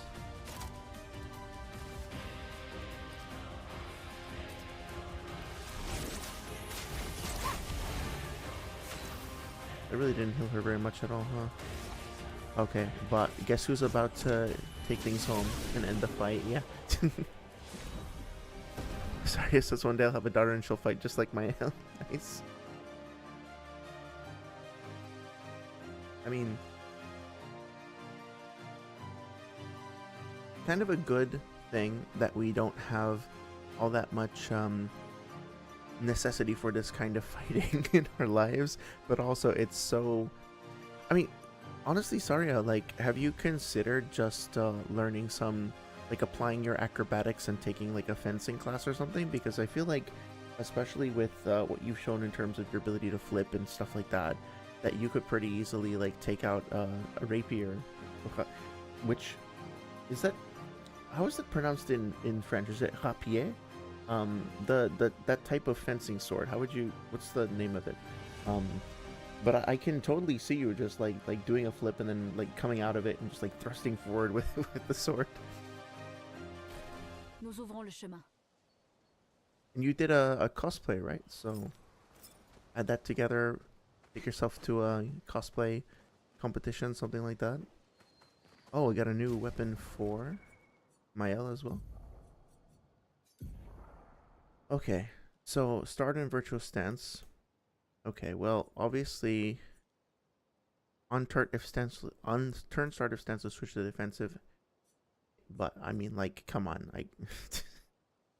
that's too good. Starting in virtuous, switch to virtuous stance on breaking any shield. Yeah, sure, okay, that'll happen once or twice. Oh, this is so much better. Sorry, can't do it. Leave Pitos alone for now.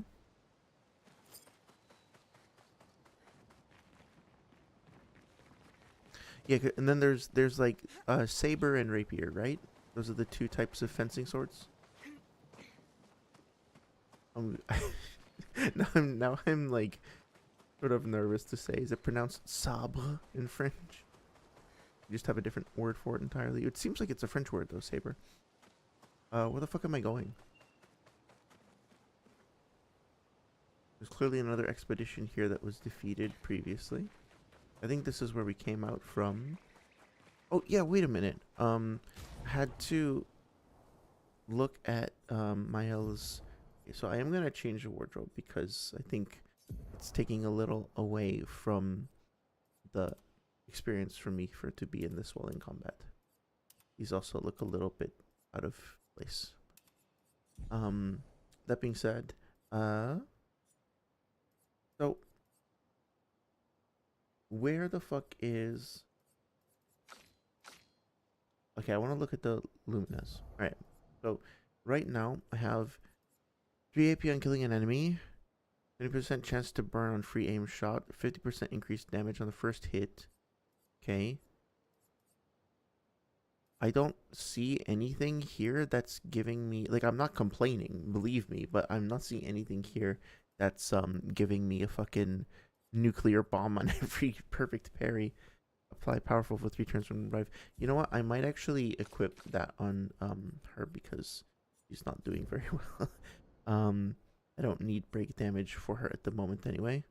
So let's see. Death bomb on death, deal damage to all enemies. I mean, that's fine. Plus 1 AP on base attack. Stun boost. Where is... I wish...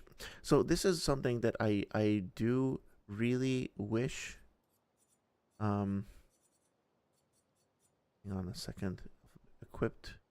Speed, critical rate, no. Okay, so you can actually sort by different attributes. That's useful. Oh no, it's sort by, but it's not filter by. Yeah. So I really wish that there was a mod that I could get that would help me filter this, because I'm like, my brain is just like personally overwhelmed with all of this shit, and I can never find the shit that I want to. I was specifically looking for the new one that I haven't unlocked yet, which is 1 AP on jump counter attack, damage stun. No, what the fuck was it? Now I completely forgot what the fuck I was even doing here. Oh well, cleansing tint. It was dead energy, right? No, it was empowered resurrection, energizing attack, healing parry, energizing jump, stun boost. Now it's just gone. Shit. Breaker. Powerful revive. It's already equipped. Fuck off. God damn it. Okay. So, sorry, it says yes. Oh, for the saber thing? Okay, cool. I've considered taking fencing, but I'm scared. Oh, that's kind of surprising. No pressure, but if you want to share more, like, what is it about it that you find scary? Just like dealing with other people, like having like thrusting swords at you. I mean, it is a little, fuck. It is a little intense, I suppose. Did I just fuck that up? I feel like that was a mistake.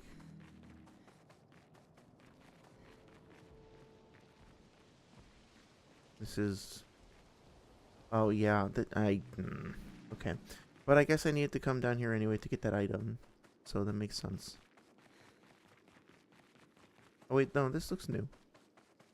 Coughing baby below nuclear bomb, below French teenage girl. She does seem to wield like some sort of ungodly power.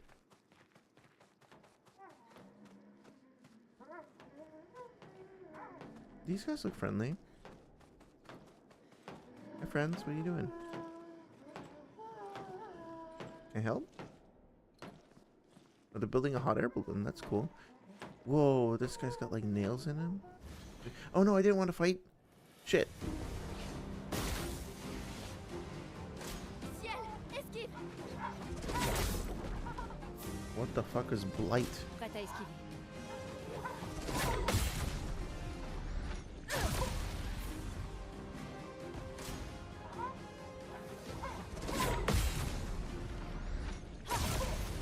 Okay, no, I don't want to fight these guys.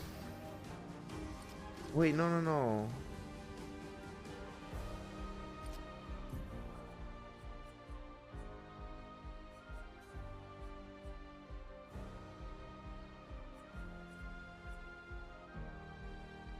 If I quit, am I gonna have to redo all the shit that I did before him?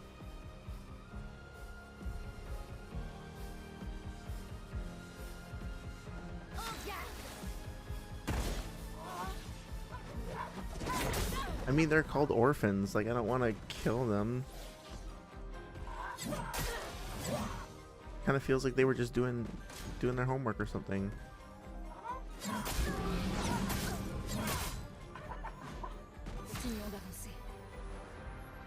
Blight is a status effect that reduces the max health. It is possible to be affected by multiple instances. Oh yeah, okay, cool. Je m'en occupe. Okay, you got me. You already got me. That's fine. Okay. No. That's fine. No.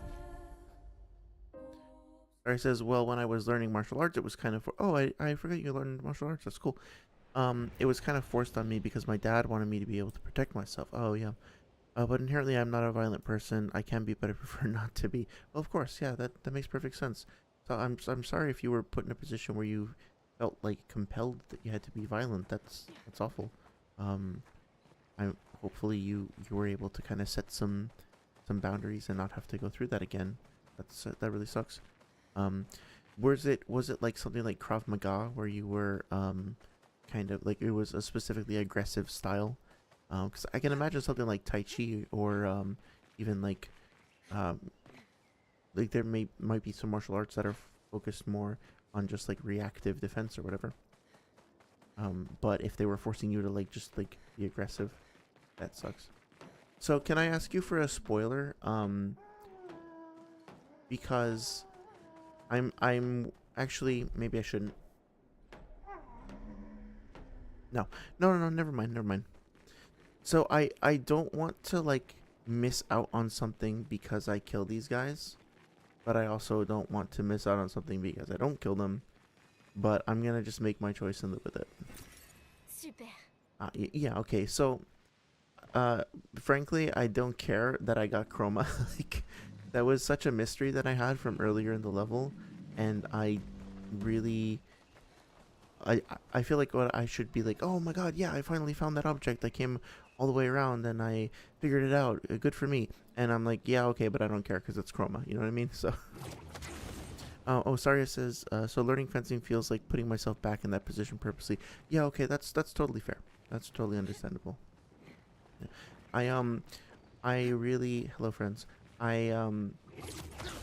Some of the best exercise that I've ever had, and that I enjoy doing the most is a boxing workout. So like heavy bag work, speed bag, and also just like a circuit training around that incorporates that sort of thing. Which can also involve like somebody else holding the targets for you, whatever they're called, the soft targets, and then you hit the targets. But I would never want to actually go in the ring and fight somebody. I have no interest in like defeating somebody and like using strength and pain to like wear them down and push them over. That doesn't appeal to me even a little bit.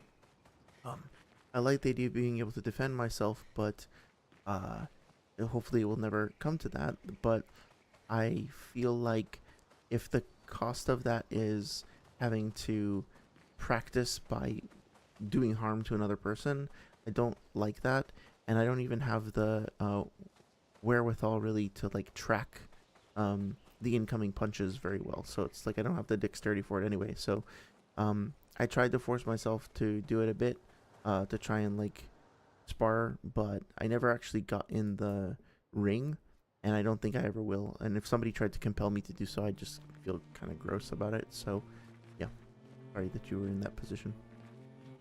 Oh, bridge, yay, cool. Ready for shortcuts. Yeah, that seems like the same kind of material.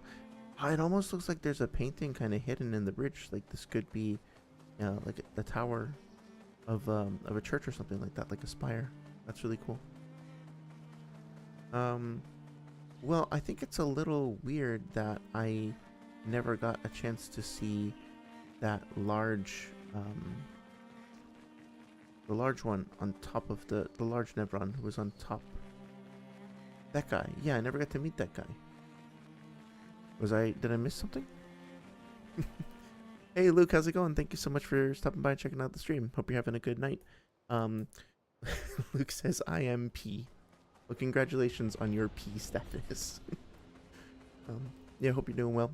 I'm just taking my time and kind of exploring. There's a couple of things that I'm sure I'm going to miss as I'm going through these places, but you know, I'm also just taking the time to kind of let everything kind of sink in, so to speak.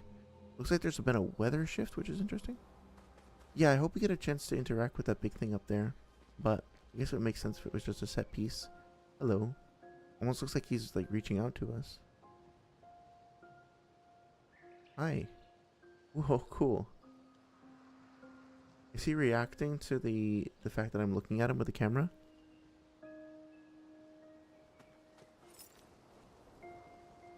He seems like very gentle.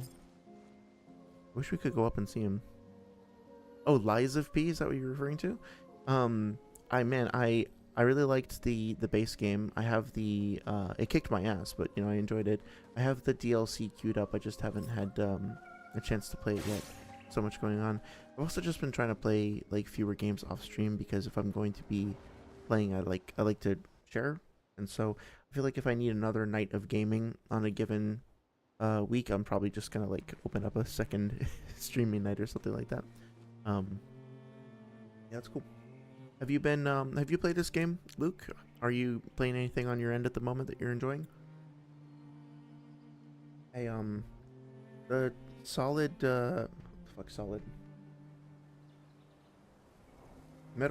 Metal Gear Solid 3 remake just came out today, I think, or yesterday. Came out recently.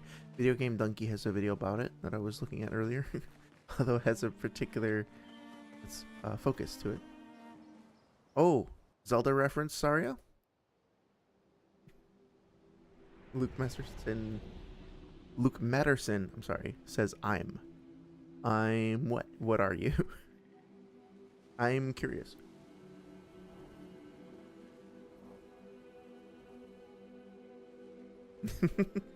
Luke is thinking, therefore he is. I got a shirt recently.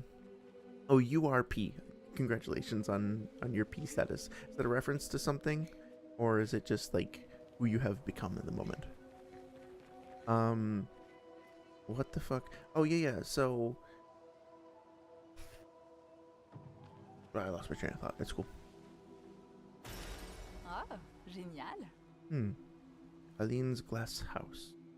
Very cool. I love these little areas because they feel like paintings that we are getting a chance to step inside of. Your Pim? P-I-M? Oh, Oh, are you your Pim from Smiling Friends? BIM?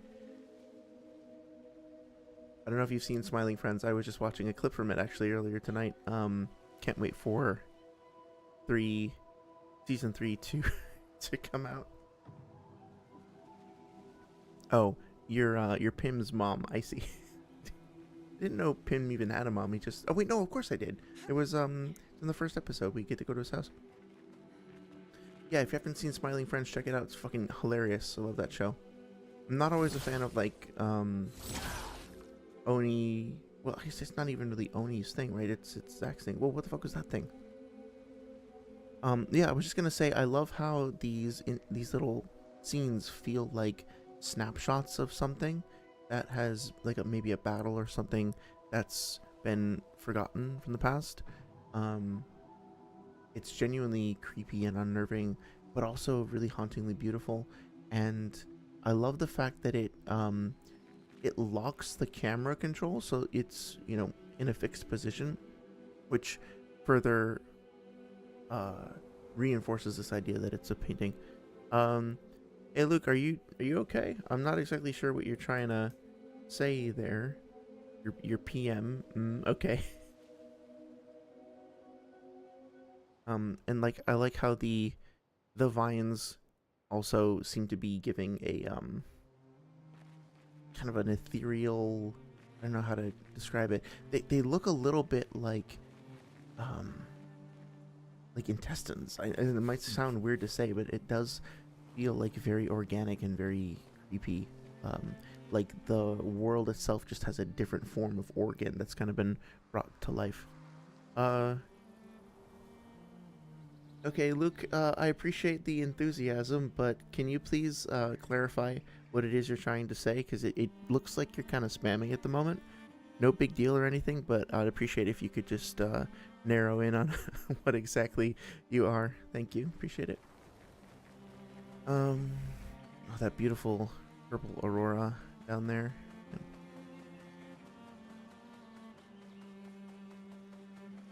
I think there might be a stream glitch or something like that. Yeah, sorry, it says I think the stream broke.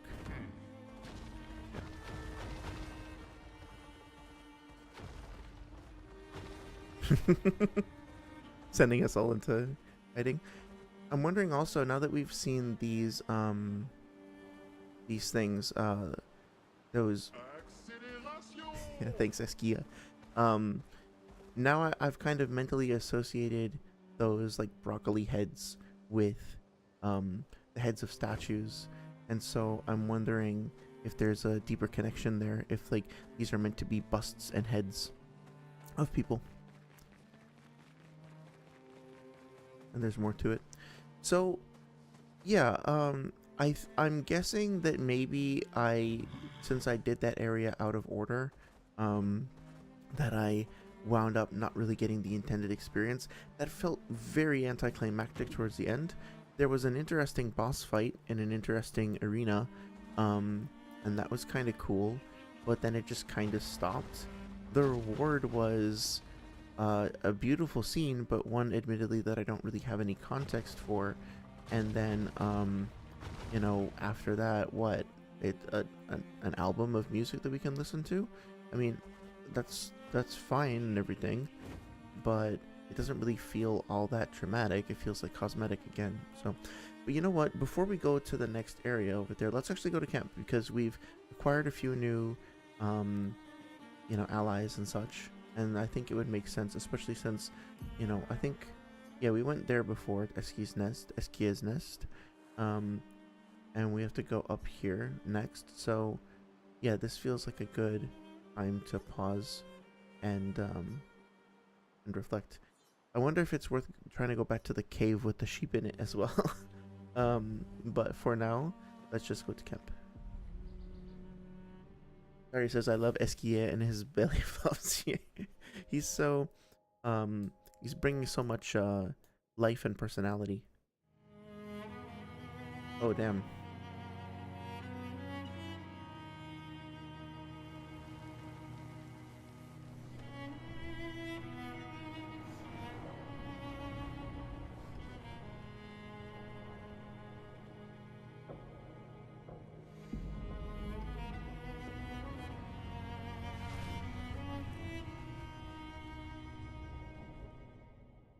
Hmm.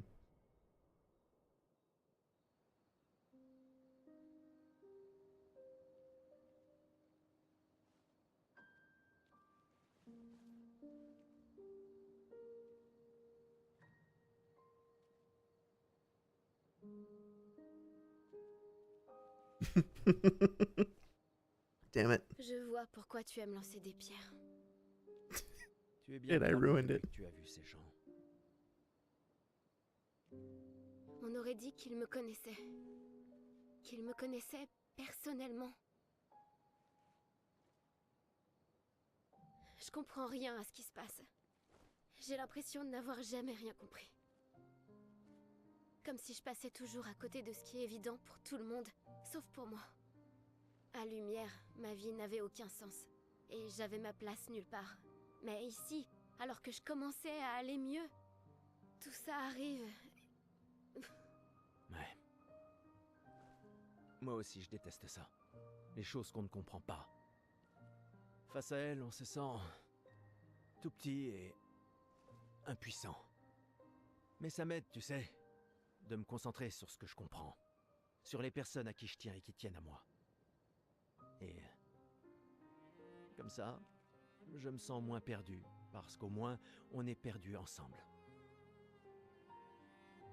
Quoi? Hé, j'en fais trop, c'est ça? Non. En tout cas, si ça peut t'aider, j'étais plus perdu que ça à 16 ans. On m'a dit que c'était surtout parce que tu ne pensais qu'aux filles.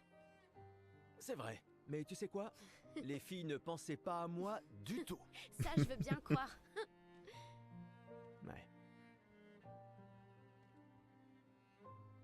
Tu peux me parler, tu sais. On est une famille. Selon les documents officiels. Ouais, bah, ces documents disent sûrement qu'on est mort maintenant. Alors, Ouais, il y a des chances. Ouh, joli coup. je sais. Pas d'excès de confiance, je t'ai dit. C'était passable. J'ai eu un bon prof. Non. Their relationship feels so genuine and heartwarming. Yeah, I should change the haircut. Well, I said last time I was curious about what this thing was, and now we know. I love the kind of escalation, so to speak, of the mystery. So this space feels like it's been designated as sort of a narrative area for Mael, which makes me wonder if she's going to have some kind of connection to this thing in the background. Like, there must be some reason why that particular thing was chosen to be silhouetted in the background, so to speak. Saria says, "You taught me great." Yeah, it was such a great line. Such a nice moment between the two of them.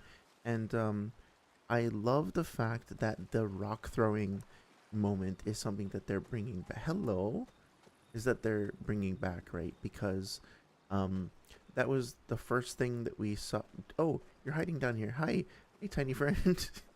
That was the first thing that I saw when, you know, we saw Gustav do was throwing the rock at the paintress in the distance. And so I remember being like, huh, I wonder if this is meant to be kind of a symbol of the relationship that they have versus the paintress, and if it's going to come up again. And hey, it did come up again. And now it's becoming part of something that he's passing on in his legacy to Mael, and they're sharing.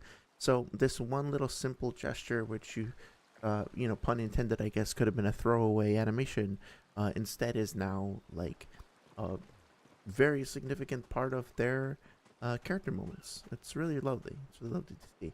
And now we're collecting these little misfit paintbrush heads. I love it. So let's say hello to this guy. I don't think we met this guy before, did we? Are you the one who was supposed to watch over the lost Jezreel kids? Isn't it obvious? Yes, it's me. You have done a very poor job. He says wearing that fucking toothbrush on his head. Such disrespect. Can't you see I'm sad? Okay, sorry. Wait, you're expeditioners. Yes. Perfect. You like killing stuff, exploring the world, and then dying. Well, I need your help. You've heard of the lost Gistral, right? The Gistral who disappeared after the fracture, the ones the searchers are searching for.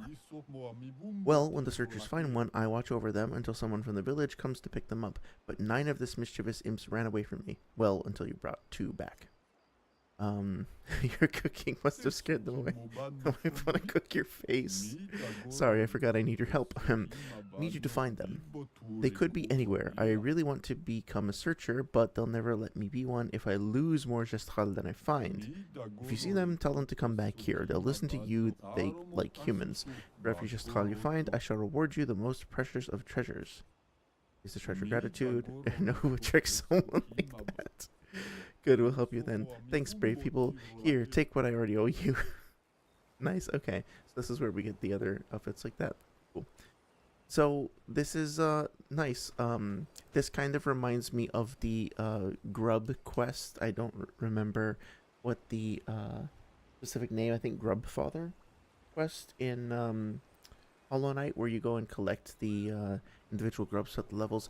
Feels nice. It feels like it's giving us a little side quest that's fairly organic, that's just sort of low-key encouraging us to explore the environment and get to know it better. I will say I hope we get better rewards than just cosmetics. I personally am not motivated or inspired by the cosmetics. I know that I might be in the minority there, and a lot of people do like them, but I really want to see more than just that, honestly. So we'll see. But I like this character a lot. This game is so fucking funny. I never would have expected that. Like, obviously, we need moments of levity, but I haven't laughed this hard at a game since, like, my first Undertale playthrough, or like parts of Deltarune. It's very hard to find games that are genuinely funny. Plenty of games that try to do humor, but like games that are actually funny. This game is like making me feel like all the emotions, and it's very, very good at them. That was really fucking funny. The Gestral have just been consistently hilarious throughout the whole interaction. So I want to go find them, not because I give a shit about what hairstyle I'll wind up with, but because I want to spend more time with them because they crack me up. So fucking adorable. Saria says you like killing stuff, exploring the world, and dying. So that's a pretty decent summary of the human race, isn't it? Yeah. Kind of wish these guys had something to say. They're just kind of hanging around doing nothing, but that's okay. You know, I keep having this relationship or reaction to this game where it's like, man, you didn't even have to do all that, right? Like, if this game was basically over, if we were about to face the final boss, I would feel like I had gotten my money's worth. And I still feel like we're just barely getting started. If this game didn't even have a camp, it was just overworld.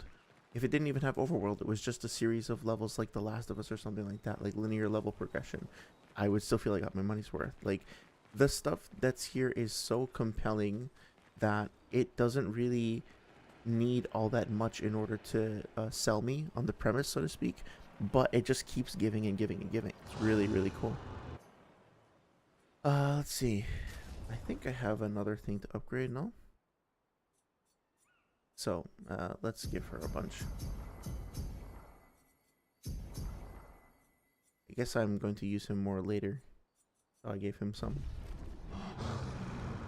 Sorry, jeez. I mean to piss you off. Let's see. I haven't really been using Gustav all that much. So, and I think I'll probably wait to use him until he gets some more ability unlocks. This is, as far as I can tell, the best weapon in the game at the moment. If I get to level 10, every burn applied is doubled in Virtuos. Yeah, so I'm gonna have to do that. Excuse me. Yes, thank you. Shit, I'm one short, but still, that's pretty exceptional. I'm sort of hesitant to spend all that much more money on hers because this is the very first weapon that I found, so I don't think I want to upgrade it yet. Let's just go through these really quick. Let's see if it's worth upgrading. Lightning skills cost 1 less AP. That's fine. Cost 1 less. I mean, that's nice to have, but it's not changing anything. Healing skills generate 1 additional light stain. That's fine, but I only have 1, maybe 2 healing skills. So it's going to be this or that. 3 aim shots deal damage to an additional random target. That could potentially be good for like proccing a variety of different, like if I wanted to spread marks or whatever. But I feel like generating, well, this is already much more upgraded and scales more off of vitality. I guess this scales more off of luck, but still, 1 AP when stains are consumed. Yeah, that'll be good. Yeah, okay, so Trebuchet is going to be better in the long run. So I'm going to keep upgrading that. And then just wait till we get a resplendent one. That seems all reasonable. Slenderman, sorry, says Slenderman after I hit him in the face with a bat. Yeah. Dude, so have you actually played Slender the 8 Pages? A friend of mine, oh, awesome, you're here, great. My friend of mine had me play that, and I didn't know what to expect, and was like totally jump scared. I was so naive. I literally thought it was just like he like sold it to me as like a quiet exploration game, and then the screen just started like freaking out, and he was chasing me, and I was like, what the fuck is this? It was so young, so naive. Agility 369, that's pretty good. I think I was going to upgrade her across the board. I don't think I need more luck though, because she's already just like doing so well with her crits. So I guess I'm going to, like, her weapon is scaling. Oh, so that's her weapon scaling, not her like inherent scaling. I think I understand better now. So let's go ahead and give her some more defense then, since that's working so well. And that just lets her stay alive and continue to own. Oh, whoa! Where the fuck? She came in from the side of the screen. What the fuck? Hi. That actually kind of scared me because she's all covered in blood, and her eyes were just kind of like popping out from the blood. Okay. Maybe I need to get more sleep. Let's give you a little bit more defense. I don't like how squishy you are at the moment. And yeah, same here. Okay. Trying to make everybody a little bit more well-rounded. And as for skills, you have 7. Not quite there. 1 more. Mayal, do you have anything new? Not really. Let's see. Deals medium single target damage, 2 to 6 hits. Uses weapons element, 1 foretell per hit. So this could actually be really good for applying foretell very quickly. As for this one, consumes, yeah, 3 hits. I kind of want this one actually. Okay, that seems really good. The Searing Bond applies 5 foretell. That's pretty good.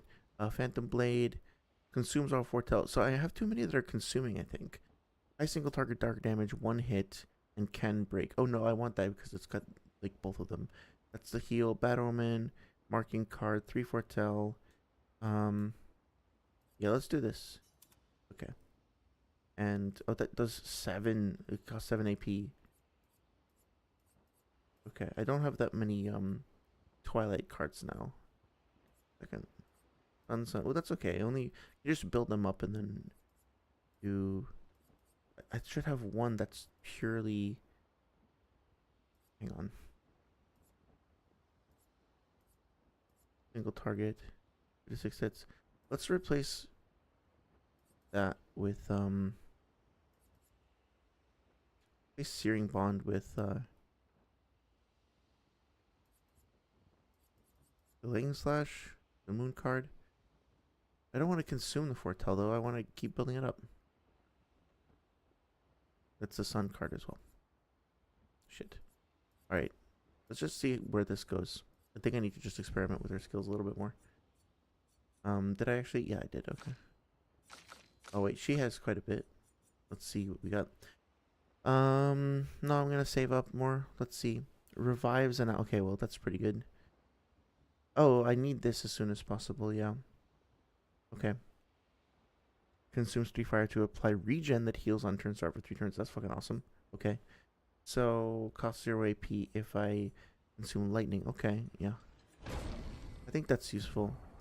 I kind of wish there were more heals from other people, but that's okay. Thunderfall, healing light, ice lance. yeah, let's actually, you know what? I feel like I don't really need the revive on her specifically. I more need to focus on just keeping people healed up so they don't die in the first place. So maybe that was a waste of a skill point for now, but okay, let's just keep it for now. Saria says, Loon, I love you and your feet. Well, there, now you have that clip that you can use out of context. There you go, that's a gift. All the characters in this game are really compelling though, really well designed. I want to know, like, I want to know why she's barefoot though. I'm sure that there's got to be some kind of reason for it, right?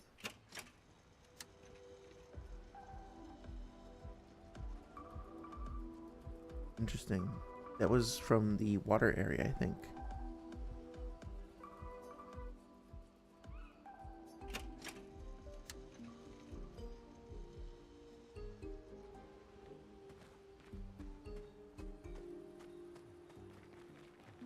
Okay. So, yeah, let me take a second and catch up with everybody here.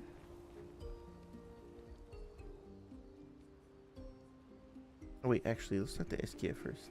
Ça faisait longtemps que je n'avais pas vu d'humain. Vous êtes... Quand as-tu vu un humain pour la When was the dernière last time fois? you saw human? Oh, c'était mon meilleur ami quand il m'a demandé de l'aider. Ton meilleur ami est un humain? Mais je croyais que c'était François. Oui.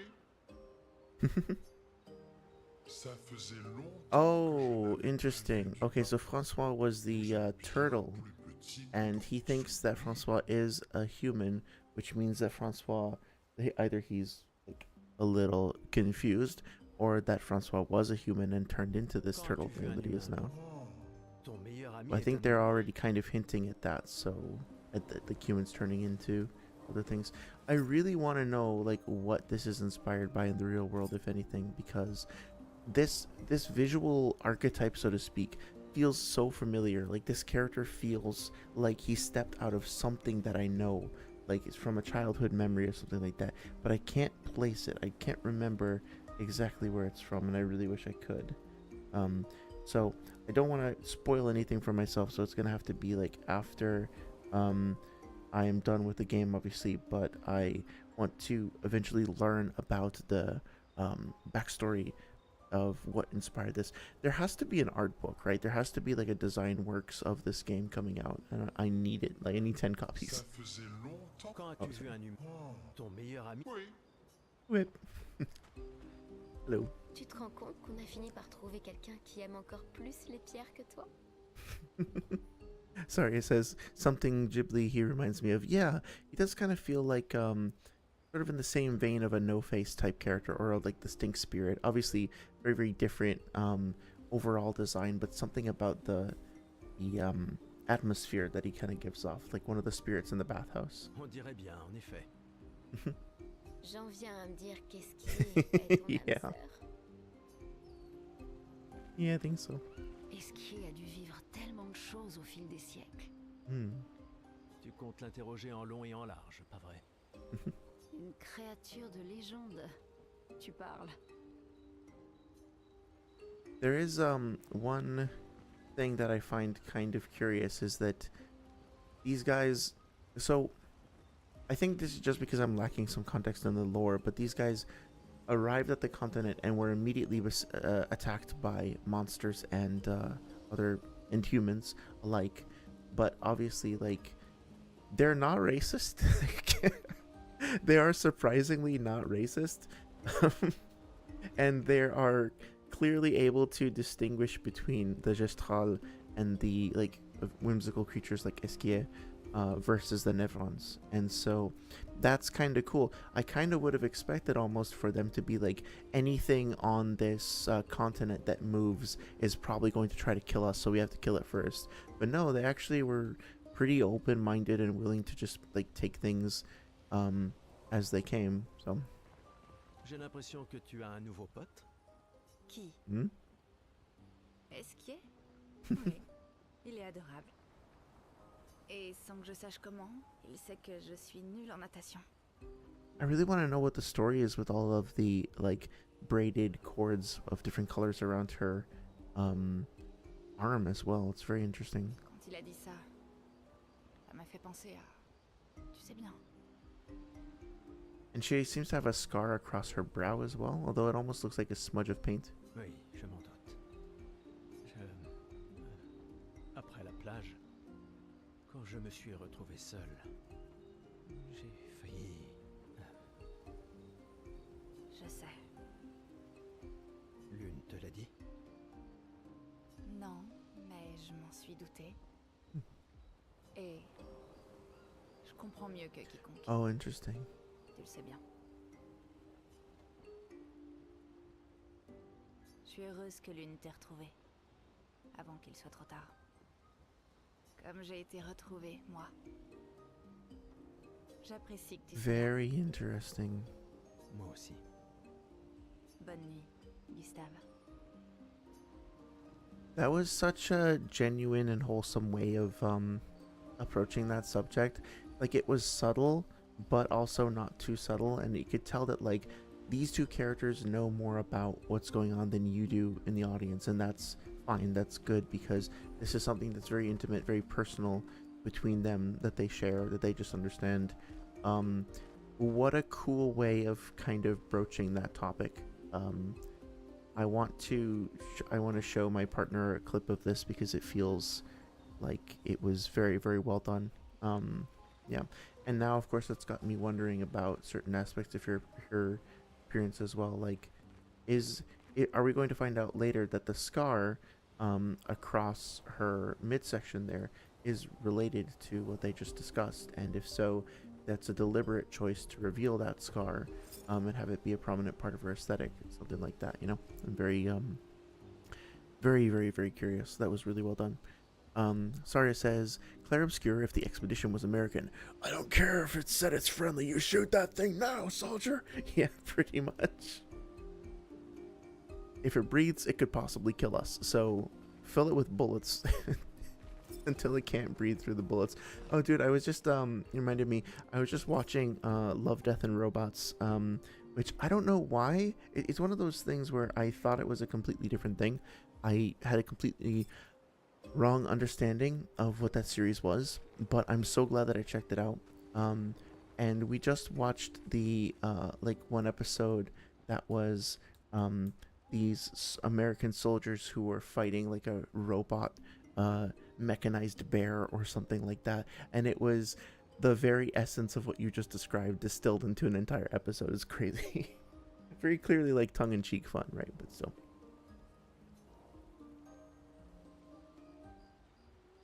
Oh, and I got through the end of Korra as well, and wow, I really did not enjoy season 1 or 2 at all.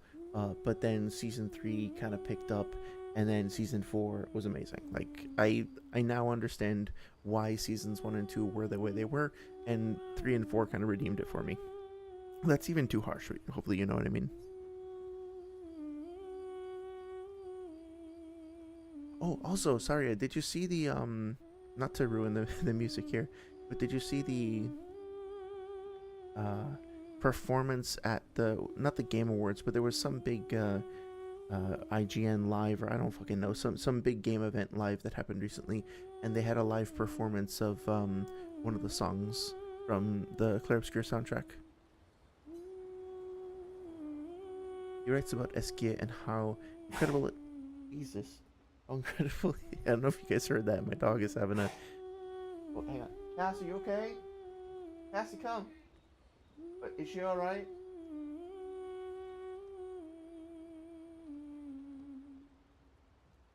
Okay. Okay. He was doing that before, too. Okay, thank you, love. Appreciate it. Yeah, so she's... my dog is having the time of her life tonight. Okay. Sorry, Gustav says, he writes about Esquie and how incredible it is to travel on such a legendary creature. No, she, sorry, she didn't sneeze. She, like, kind of sounded like she was a cat choking up a hairball. It was really loud and sudden. It almost sounded like somebody, like, smacked somebody in the face because of how loud it was. But, no, we just gotta keep an eye on her because sometimes she'll, like, we can't leave food on the table or she will just inhale anything that she finds her. So Gustav says he hopes that one day his apprentices will read everything he wrote. English? For those who come after. Yes. We get the one English bug. Hi, Cass. What are you doing? Now she showed up here and she's like very excitedly wagging her tail. I'm so suspicious. It's okay, buddy. Okay, let's see. Remember the current objective.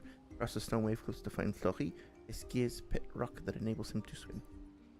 Okay, go to sleep. She does need my previous puppy. Oh wait, hang on.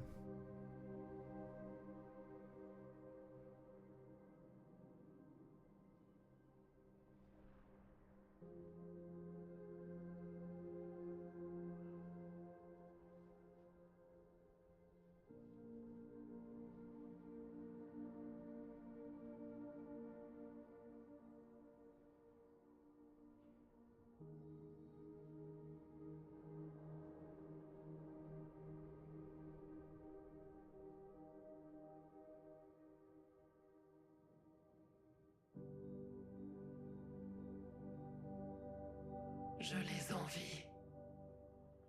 Ceux qui ne voient pas. Ceux qui ignorent qu'ils n'existent pas. Et ceux qui vivent, libres et insouciants, ayant oublié leurs péchés, pensant en être absous. Une nouvelle aube se lève sur leur monde, tandis que nous vivons dans l'ombre. Immergés dans l'encre, nous ne sommes qu'un rêve fugace de la mauvaise graine qui résiste encore et encore à cette poussière, à cette loi éternelle.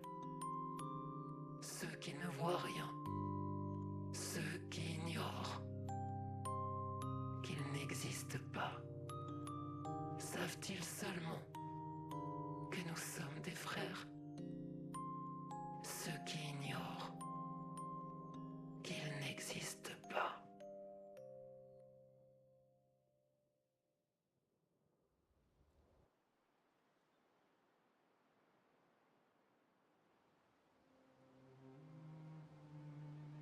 Well, you probably heard some of that in the background. I have no idea what happened in that cutscene, and unfortunately my dog is, I think, sick. Keep an eye on her.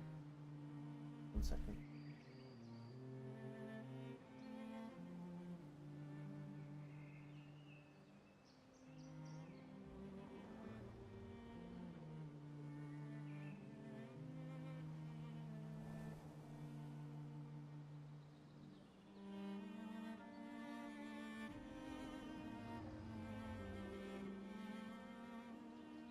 She's okay. Sorry if there was a little bit of a jump scare there with the she did. She likes to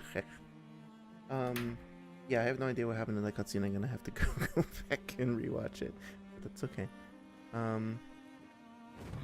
Yeah, I mean, that was great. I think the camp mechanic is working very well implemented, and a nice little break that you can take from the action. Oh dude, the Ferris wheel's down there. Very cool. And I think we already defeated this boss, and then we found the other record. Oh yeah, that's what I was gonna say. Like, I like the idea that we're finding these things from the other expeditions and all that, but I also feel like maybe it's there could have been a more dramatic reward, I suppose, than just an album for completing that whole thing. You know what I mean? It felt very like a very intense and very lengthy setup just to end with that. But I don't know. Could be convinced otherwise.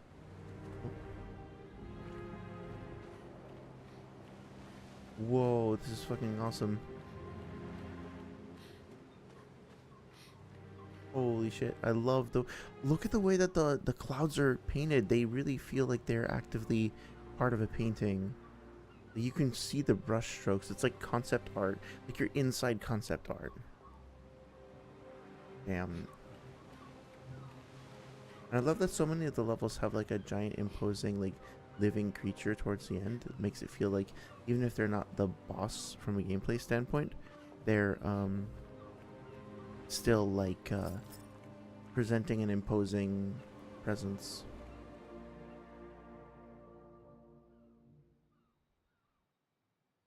T'aimerais y Oh, faire un that's so tour? interesting. I thought for sure that these were pre-rendered cutscenes, Apparemment, les gens y allaient en amoureux. Dans le temps. but it's showing our headgear, so it's not. It's just a visual effect. D'après toi, il se passait quoi dans ces cabines? I'm so surprised.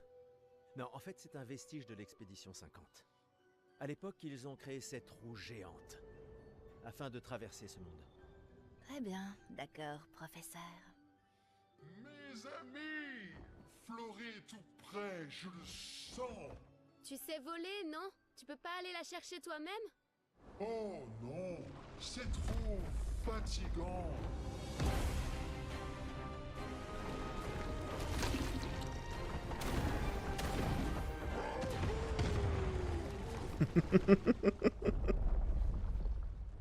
Donc, attends.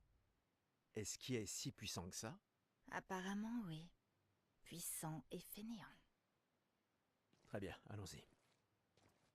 Quelle étrange créature.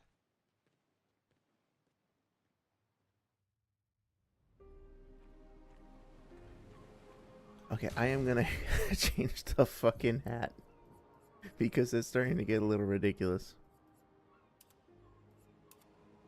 No, let's just go with that still. Tempting, but no. I'll just go with the default. Right now I'm doing it too. Sorry, says don't be suspicious, let her do what must be done. Well, I don't know. She's I don't mind having her have some treats from time to time, but even if it's like, so we try to keep her away from human treats just because we don't want her to develop a habit of like begging at the table. I give her lots of different types of treats. I think what's happened now is I gave her Himalayan yak cheese, which is a really weird thing to say, like phrase to say, but they have like these cheese bones that are essentially like hard cheese that's chewable and it's good, but I think maybe what happened is that a part of it was too sharp and it might have gotten stuck in her throat, or whoops, not stuck in her throat like that, but like if a little piece of it got stuck in her teeth or was just uncomfortable. I think it happened once before and she'll just need to kind of clear it out. They're safe. I've been giving them to her since she's a puppy, but I guess recently she just haven't been agreeing with her. Parfait. The design of that looks like a melted candle. That's insane. I love that. Gustav is like, why isn't he helping you? I also love that the idea of I feel like Esquie is kind of like if you were traveling with the eagles from the Lord of the Rings. You know how the eagles come and save Frodo and Sam at the end, and everybody's like, well, if they could have just done that from the beginning, why didn't they just fly them into Mordor in the first place? Because they didn't. Because they didn't want to. Like, because they didn't want to get involved. I don't know, because they weren't there. And I think it's a fair criticism, honestly. Appréciable. You can just look at Tolkien and be like, he needed a Deus Ex Machina type thing to get them out of there, and it wasn't very creative. And hey, if you feel like that detracts from the book and or movies for you, then that's fine. You know, you're allowed to not like that. I don't know if it's all that big of a problem. I also don't think it's not super genius. I don't think it's like a super elegant solution. It feels a little forced. But imagine that they did start traveling with the eagles from the beginning, and then just like they're like, okay, can you fly us there? Now I don't want to. I want to go look at the ocean for a little bit. I want to eat like a crab. Okay, so now a day goes past. Oh, now can you take us? No, I don't want to. I got a tummy ache from eating the crab. No, just like constantly complained, or like, you know, they would fly halfway across the country just to get like a shiny rock and bring it back and be like, look what I found. It's like, yeah, we wanted you to transport a shiny rock halfway across the country. Can you do that again, but this time drop the ring in Mordor? No, I want this one. Like, it feels like that's what Esquie's gonna be, and I love it. No, Esquie. This is intriguing. Okay, one hit, one hit. Don't I have something? There's more hits. 2 to 6 hits, but 7. 2 hits. Okay, artist. Yeah, try that. Okay.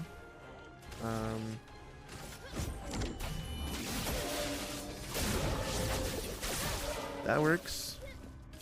Drop the ring, too much of it. I need to find another stone that will allow me to release things that I'm holding on to. There's nothing in your hands right now. Shut up. I want it. My rock.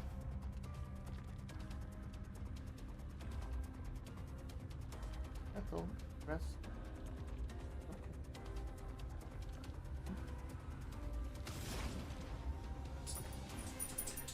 I'm guessing fire doesn't do all that much damage to this guy, but I like it anyway. Yeah, it's pretty useless.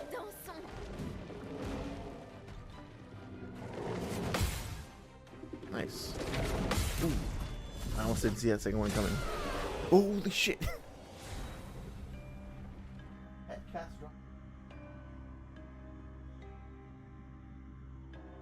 Okay, buddy, just don't go eating random stuff, please. I swear Mael is going to carry the whole game. Great tent. I was trying so hard to make Ciel be like the crazy DPS character, but it looks like Mael is just going to take over. Hang on. So we're seeing Expedition. Oh, there's like a blimp or something that came here? That's interesting. On peut s'en servir. Percent break damage on counterattack. That's cool. Very interesting. That thing looks cool. And those swords and various things. It seems like there was a different class of expeditioner, maybe, that showed up here.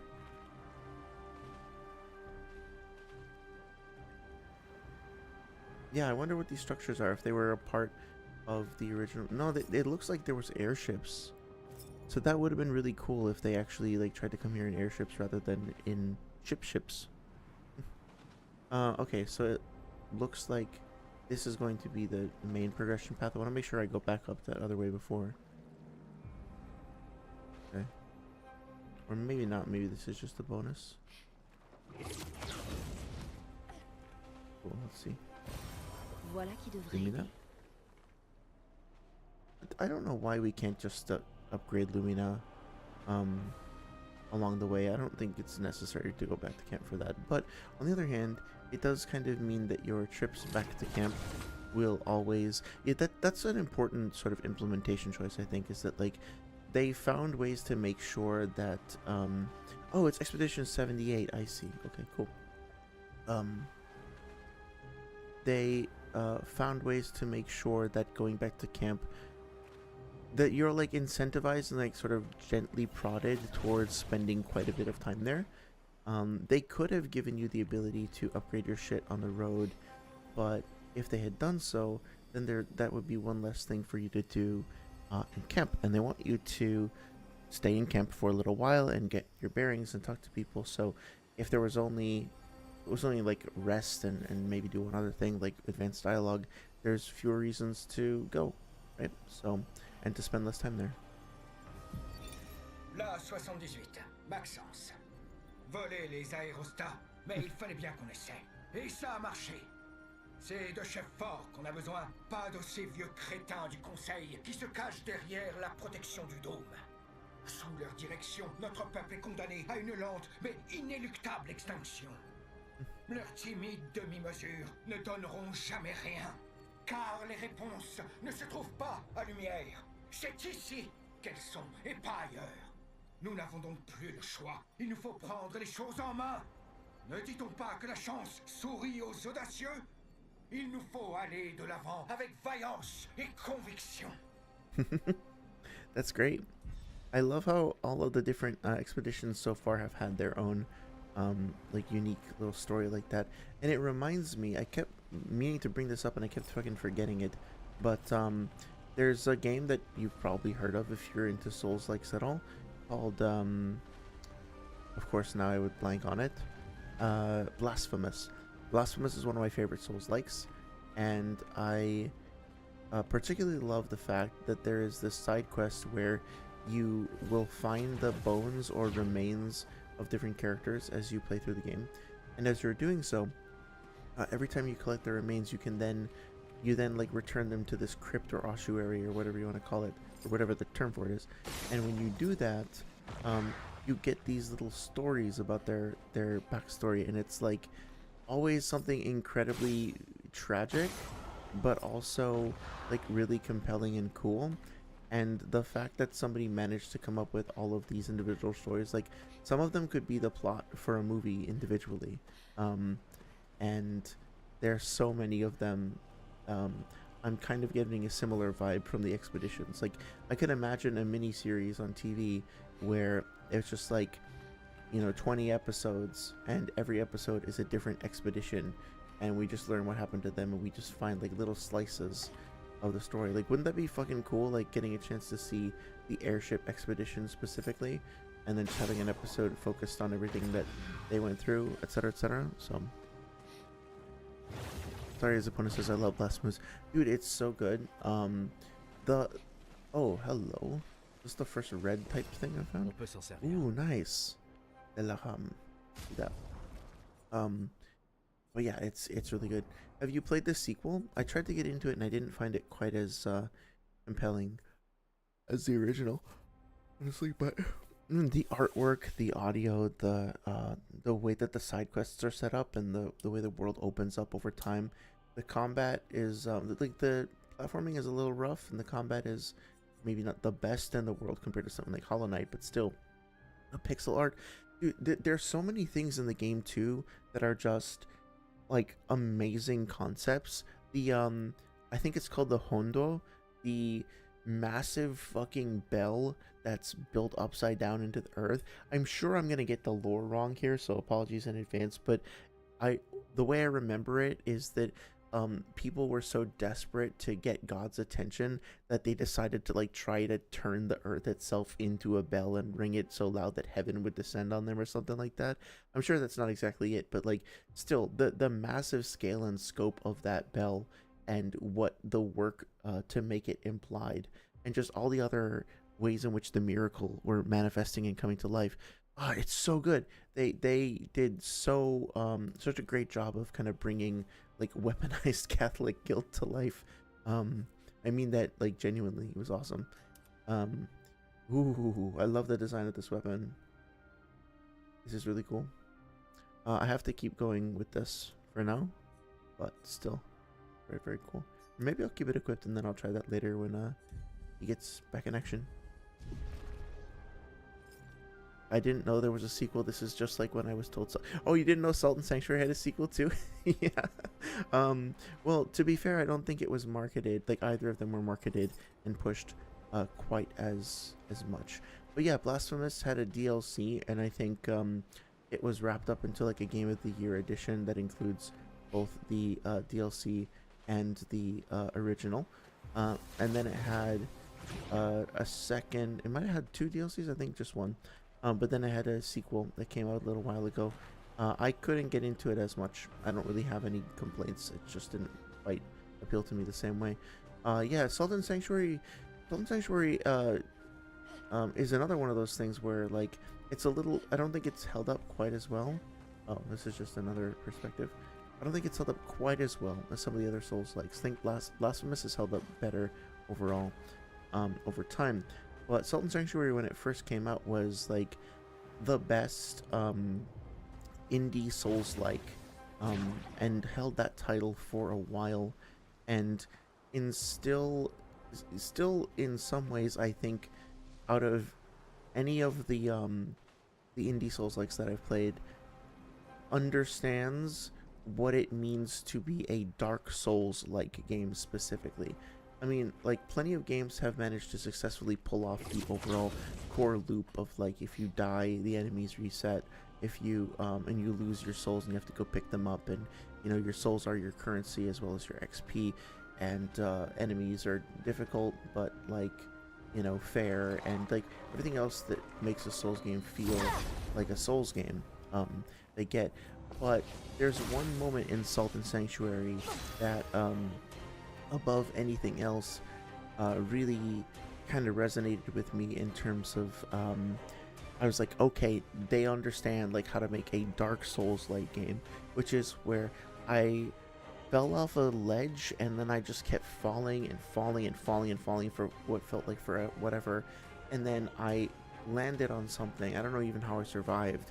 And then there was this guy there, and he was like, I think he offered me like a covenant to be part of like the Abyss Watchers or some shit like that. It was like really obscure. It was one of those things where you could have completely missed it. You probably will miss it on most playthroughs, but if you find it, it's because you were specifically looking for secrets, and you find something like obscure and inscrutable and unknown, and then it just like takes you on a completely different path.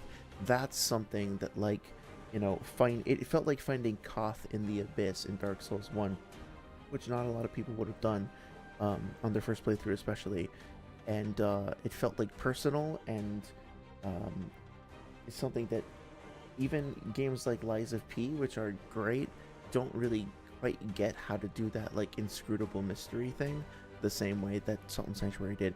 Kind of sad that the development team, I think, was a husband and wife team. They gave a GDC talk where they explained their process and what their life is like developing the game. I think, unfortunately, you know, don't quote me on this, but I think unfortunately they've split since then, and Salt and Sacrifice was not made with both of them. It was made with like one of them and then some other people, and I don't know if it's just coincidence or not, but it definitely feels kind of tangibly different in a way that's hard to explain. If I remember correctly, it had like some sort of a Monster Hunter style mechanic to it that I didn't really get into. I don't even know what to say about these enemies, except that I absolutely love their design as well. The melted wax figure, like this guy is like propping himself up on his scythe. The design of the weapons, I didn't even realize this, like she's holding her sword by the blade. It's so fucking cool. And yeah, wow.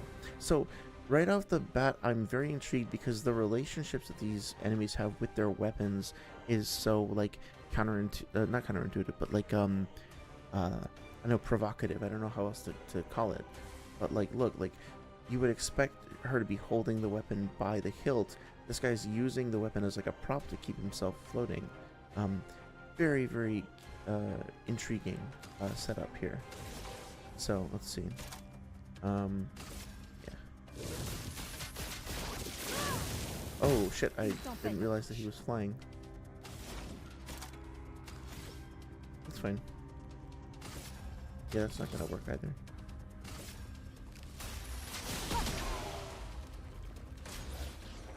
Reaper cultist attack.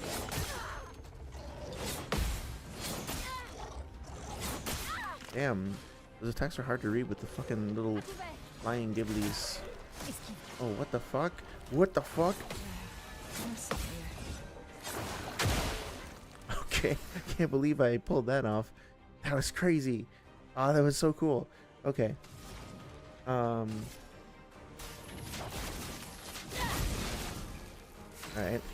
Let's see. Consumes all foretell to deal additional damage, can break.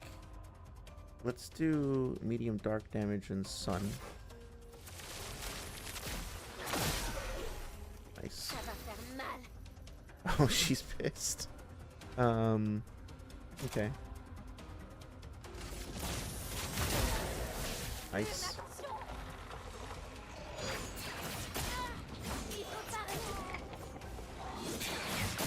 Oh shit, I didn't see that coming. Really interesting attack patterns as well. I keep forgetting that she's flying.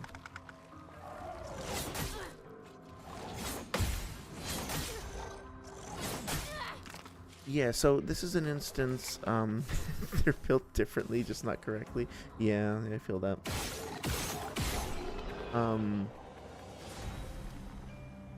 Oh, that's so cool. Energizing pain. No longer gain AP on parry plus... Oh, that's really, really cool. I like that. Although I prefer not getting hit. But that's an interesting idea. The idea of building a character around what would otherwise be a failure state, or like something to avoid, That's a really, really cool idea. Let's see.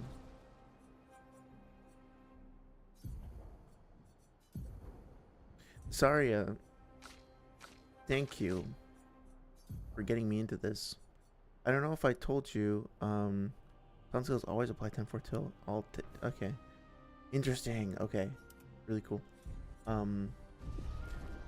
don't know if I told you, but I had just, played a couple of JRPGs, or like tried to play some Tales of Berseria, I think, and then Persona 5, and then, Metaphor Refantasio, and those games were really pissing me off, and oh, sorry, I personally like really bounced off of them because I didn't like the way that they handled their dialogue. I think we talked about this a bit on stream, but specifically also I find little pixie characters and like really annoying. Like they can be fine. Wait, I'll shut up. Sorry. 56. Quand j'étais jeune, je croyais qu'en faire des tonnes était le signe qu'on était passionné. Mais Simone m'a ouvert les yeux et m'a aidé à voir les choses différemment. Quand je pense qu'elle n'est plus là, comment ont-ils pu aussi nonchalamment détruire une si belle âme? C'est monstrueux. Ils l'ont tuée comme si elle n'était rien de plus qu'un évron, ces traîtres. Oh. Maudit parasite dénué de la moindre pitié. Mais mon piège a fonctionné. Et nous avons réussi à attraper une de ces pourritures aux cheveux blancs. Une femme qui a l'air humaine, mais qui n'est rien de plus qu'un monstre. Elle refuse de parler. Mais je finirai bien par lui délier la langue. Et quand elle aura craché le morceau, je la donnerai à bouffer à un évron. Après ça, la peintresse pourra me tuer si ça lui chante, car plus rien n'aura d'importance. Justice sera rendue. Nice. Okay, that's so cool because we're getting these little pieces of information that it's not just about like there's more going on here than just like Neveron's wandering around and gobbling everything up, right? There's intrigue happening. Very, very cool. I love that bit of storytelling there. So yeah, I don't know what else I was gonna say. It's cool that those are moving around like that.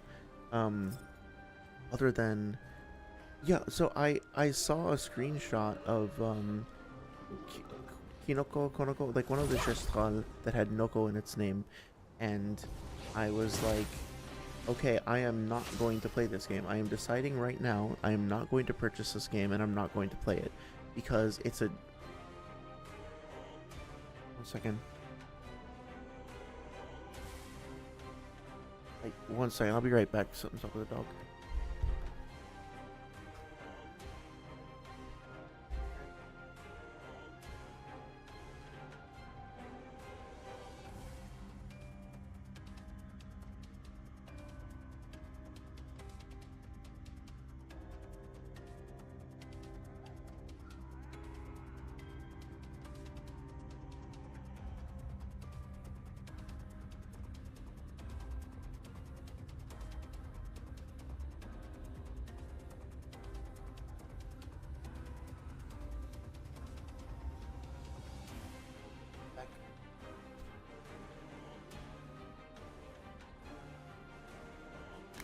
Okay, sorry. So yeah, let me start over. I saw the little character and I was like, oh, this is just gonna be like Morgana in fucking Persona, and it's gonna piss me off, and this is a JRPG clearly, so it's gonna have the same sort of dialogue things, and I was prejudiced against it and I just wrote it off entirely. And nice. Wrote it off entirely and decided that I would not play it categorically. I was not going to watch any reviews. I was just not going to have it in my life, and that's it. I made the decision, and you convinced me to try it, and I'm so glad that you did because I adore it. It's genuinely wonderful. So thank you for that. Larry says, now's my chance to buy the book. You mean the book that I mentioned before, or is this a different book?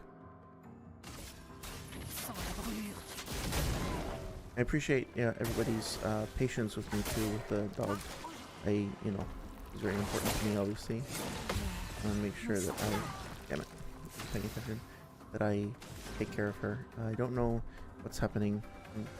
Poor buddy is just not having a good day. One hit. What else do I got? Oh, Thunderfall. Yeah,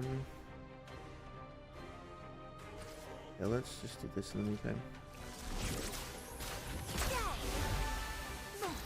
I've done some more, but that's okay. Okay, one hit, one hit, one hit. Need more hits. Les yeux ne meurent jamais. Ooh, weakness to dark, that's nice. Okay, one hit. I need something with more hits. What the hell? One hit. Everything's just one hit, one hit. Vas-y, essaie.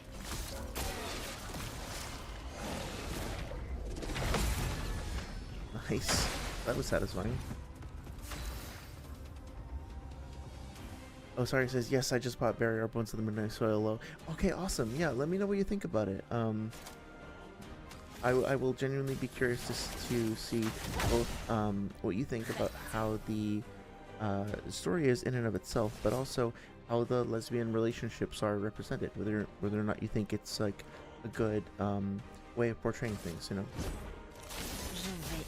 The author is gay, and I think from what I understand, she really she's been writing for a long time, and this book in particular was one where she wanted to put herself into the story. Like, she invested herself very heavily.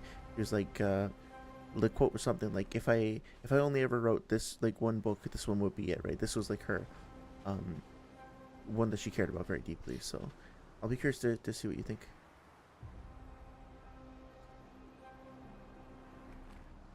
But yeah, I love having these moments. I was I don't know if you know the band Meshuggah, but I love having moments where something that I think is gonna be terrible or that I absolutely can't stand winds up being something that's like my favorite.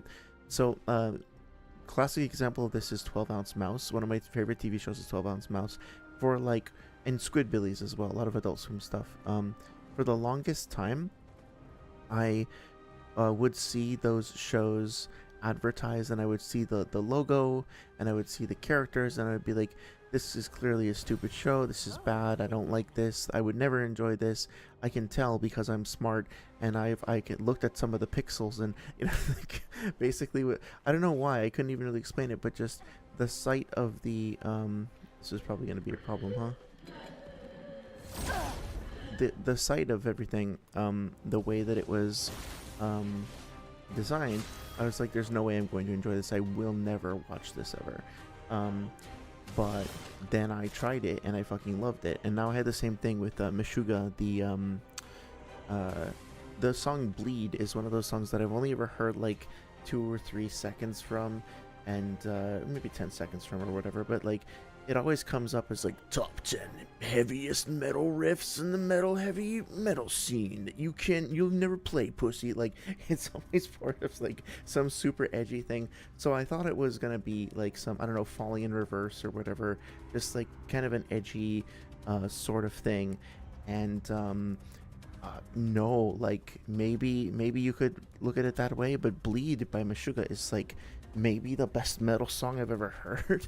And I can get into why, but it's I don't think it's like the number, like I don't like just putting one at the top, right? But it's top 10. It's definitely like inherently incredible, and now Meshuggah is like slowly becoming one of my favorite bands ever.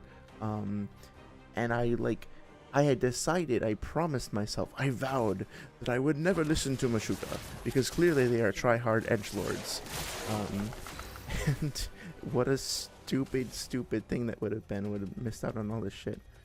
I don't understand why the guy on the right died and on the left died and this guy didn't, but okay. Okay, good, I can do flurry before. Damn. Maya was like unstoppable. It's crazy. So now can I just do this? Gonna miss, right? I still don't understand why the other attack hit, but okay. Damn it. That's tough to predict. But I have 3, oh yeah, cool. So I should be able to do this and heal myself without using any AP. Awesome. And now you can. Oh, sorry. You said you can apply the book physically as well. Yeah, that's cool. I'm genuinely curious to know what you think. What was the name of the author that you wanted me to check out that you mentioned during the horse stream? Is it Brian Sanderson? Now that I finished the book club book, I should pick up another book. Ooh, interesting. Ce sera utile. First strike, play first. Ah, that's cool. And speed and crit. That's something I'm gonna want to put on.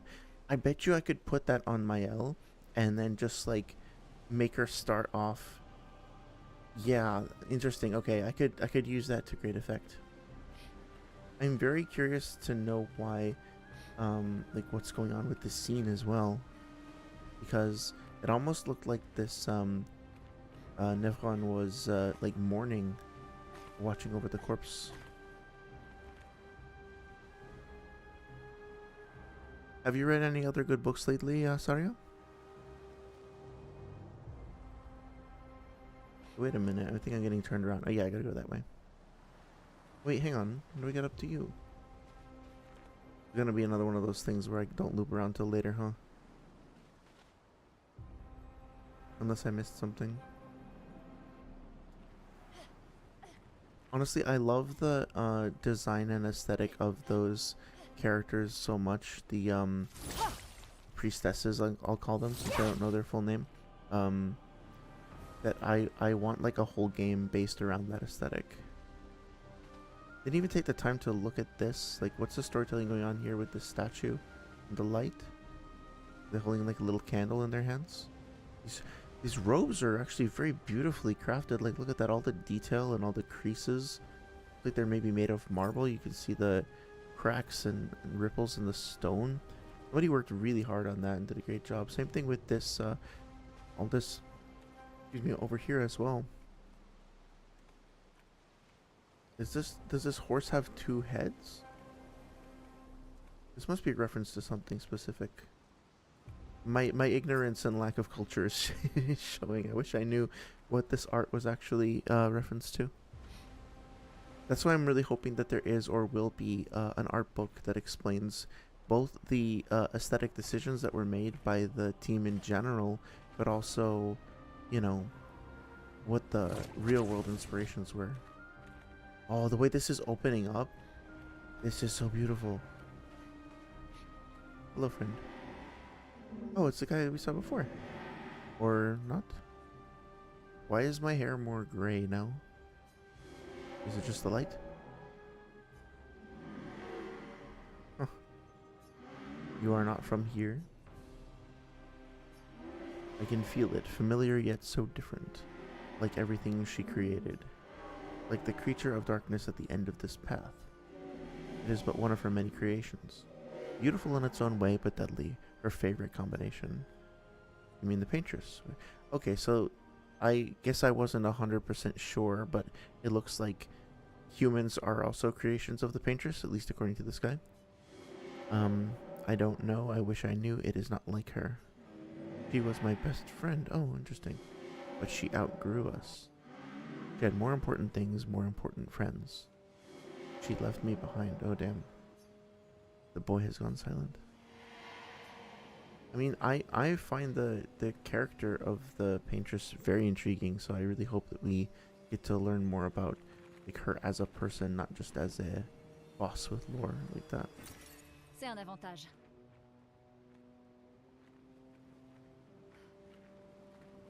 I feel like I should say something about the water, but it's... it feels like it's a little bit of a bug or something, like it's not fully realized, but I also kind of really like it for some unknown reason, so... there's so much detail that I'm just like not even talking about. Like I could talk about the detail, like look at the cobblestones, like look at how uneven and misshapen they are, like all the detail that had to go into that, all the lamps that are being put here, you know, and just take a moment and appreciate the artwork that went into creating this, like the design, the intricacy, the amount of time and effort that it took to render that out. Like, as a thing where I have to kind of stop talking about it after a while because otherwise I won't be doing anything else. But like, come on, there's like every single part of the game. It's just constantly filled with so much detail and care and craft. Also, just noticing that there's petals in the air. The last time we saw that was during the gommage, so I'm sure that's fine and there's nothing to worry about, right? Sorry, it says, oh, Brandon Sanderson. I love him, especially the Skyward Saga. But fair warning, his stuff is very young adult, so if you're not into that kind of stuff, I wouldn't recommend his stuff, but he's awesome. Okay, I'll keep that in mind, thank you. I can enjoy stuff from different age ranges, so that's okay.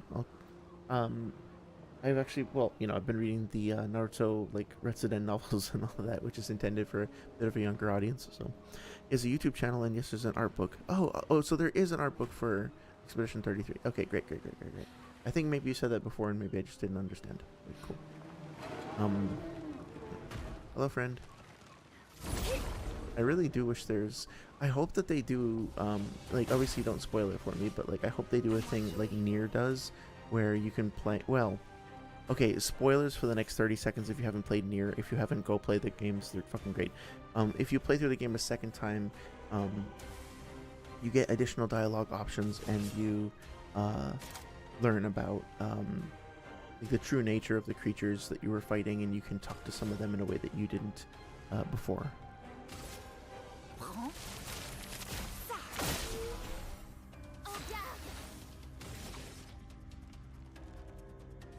I kind of wish that I thought that they used to display the names of enemies above their heads. Maybe that's just for bosses.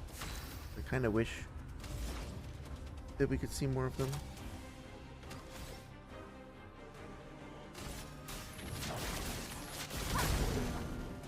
I feel like Lune at this point is just not doing all that much.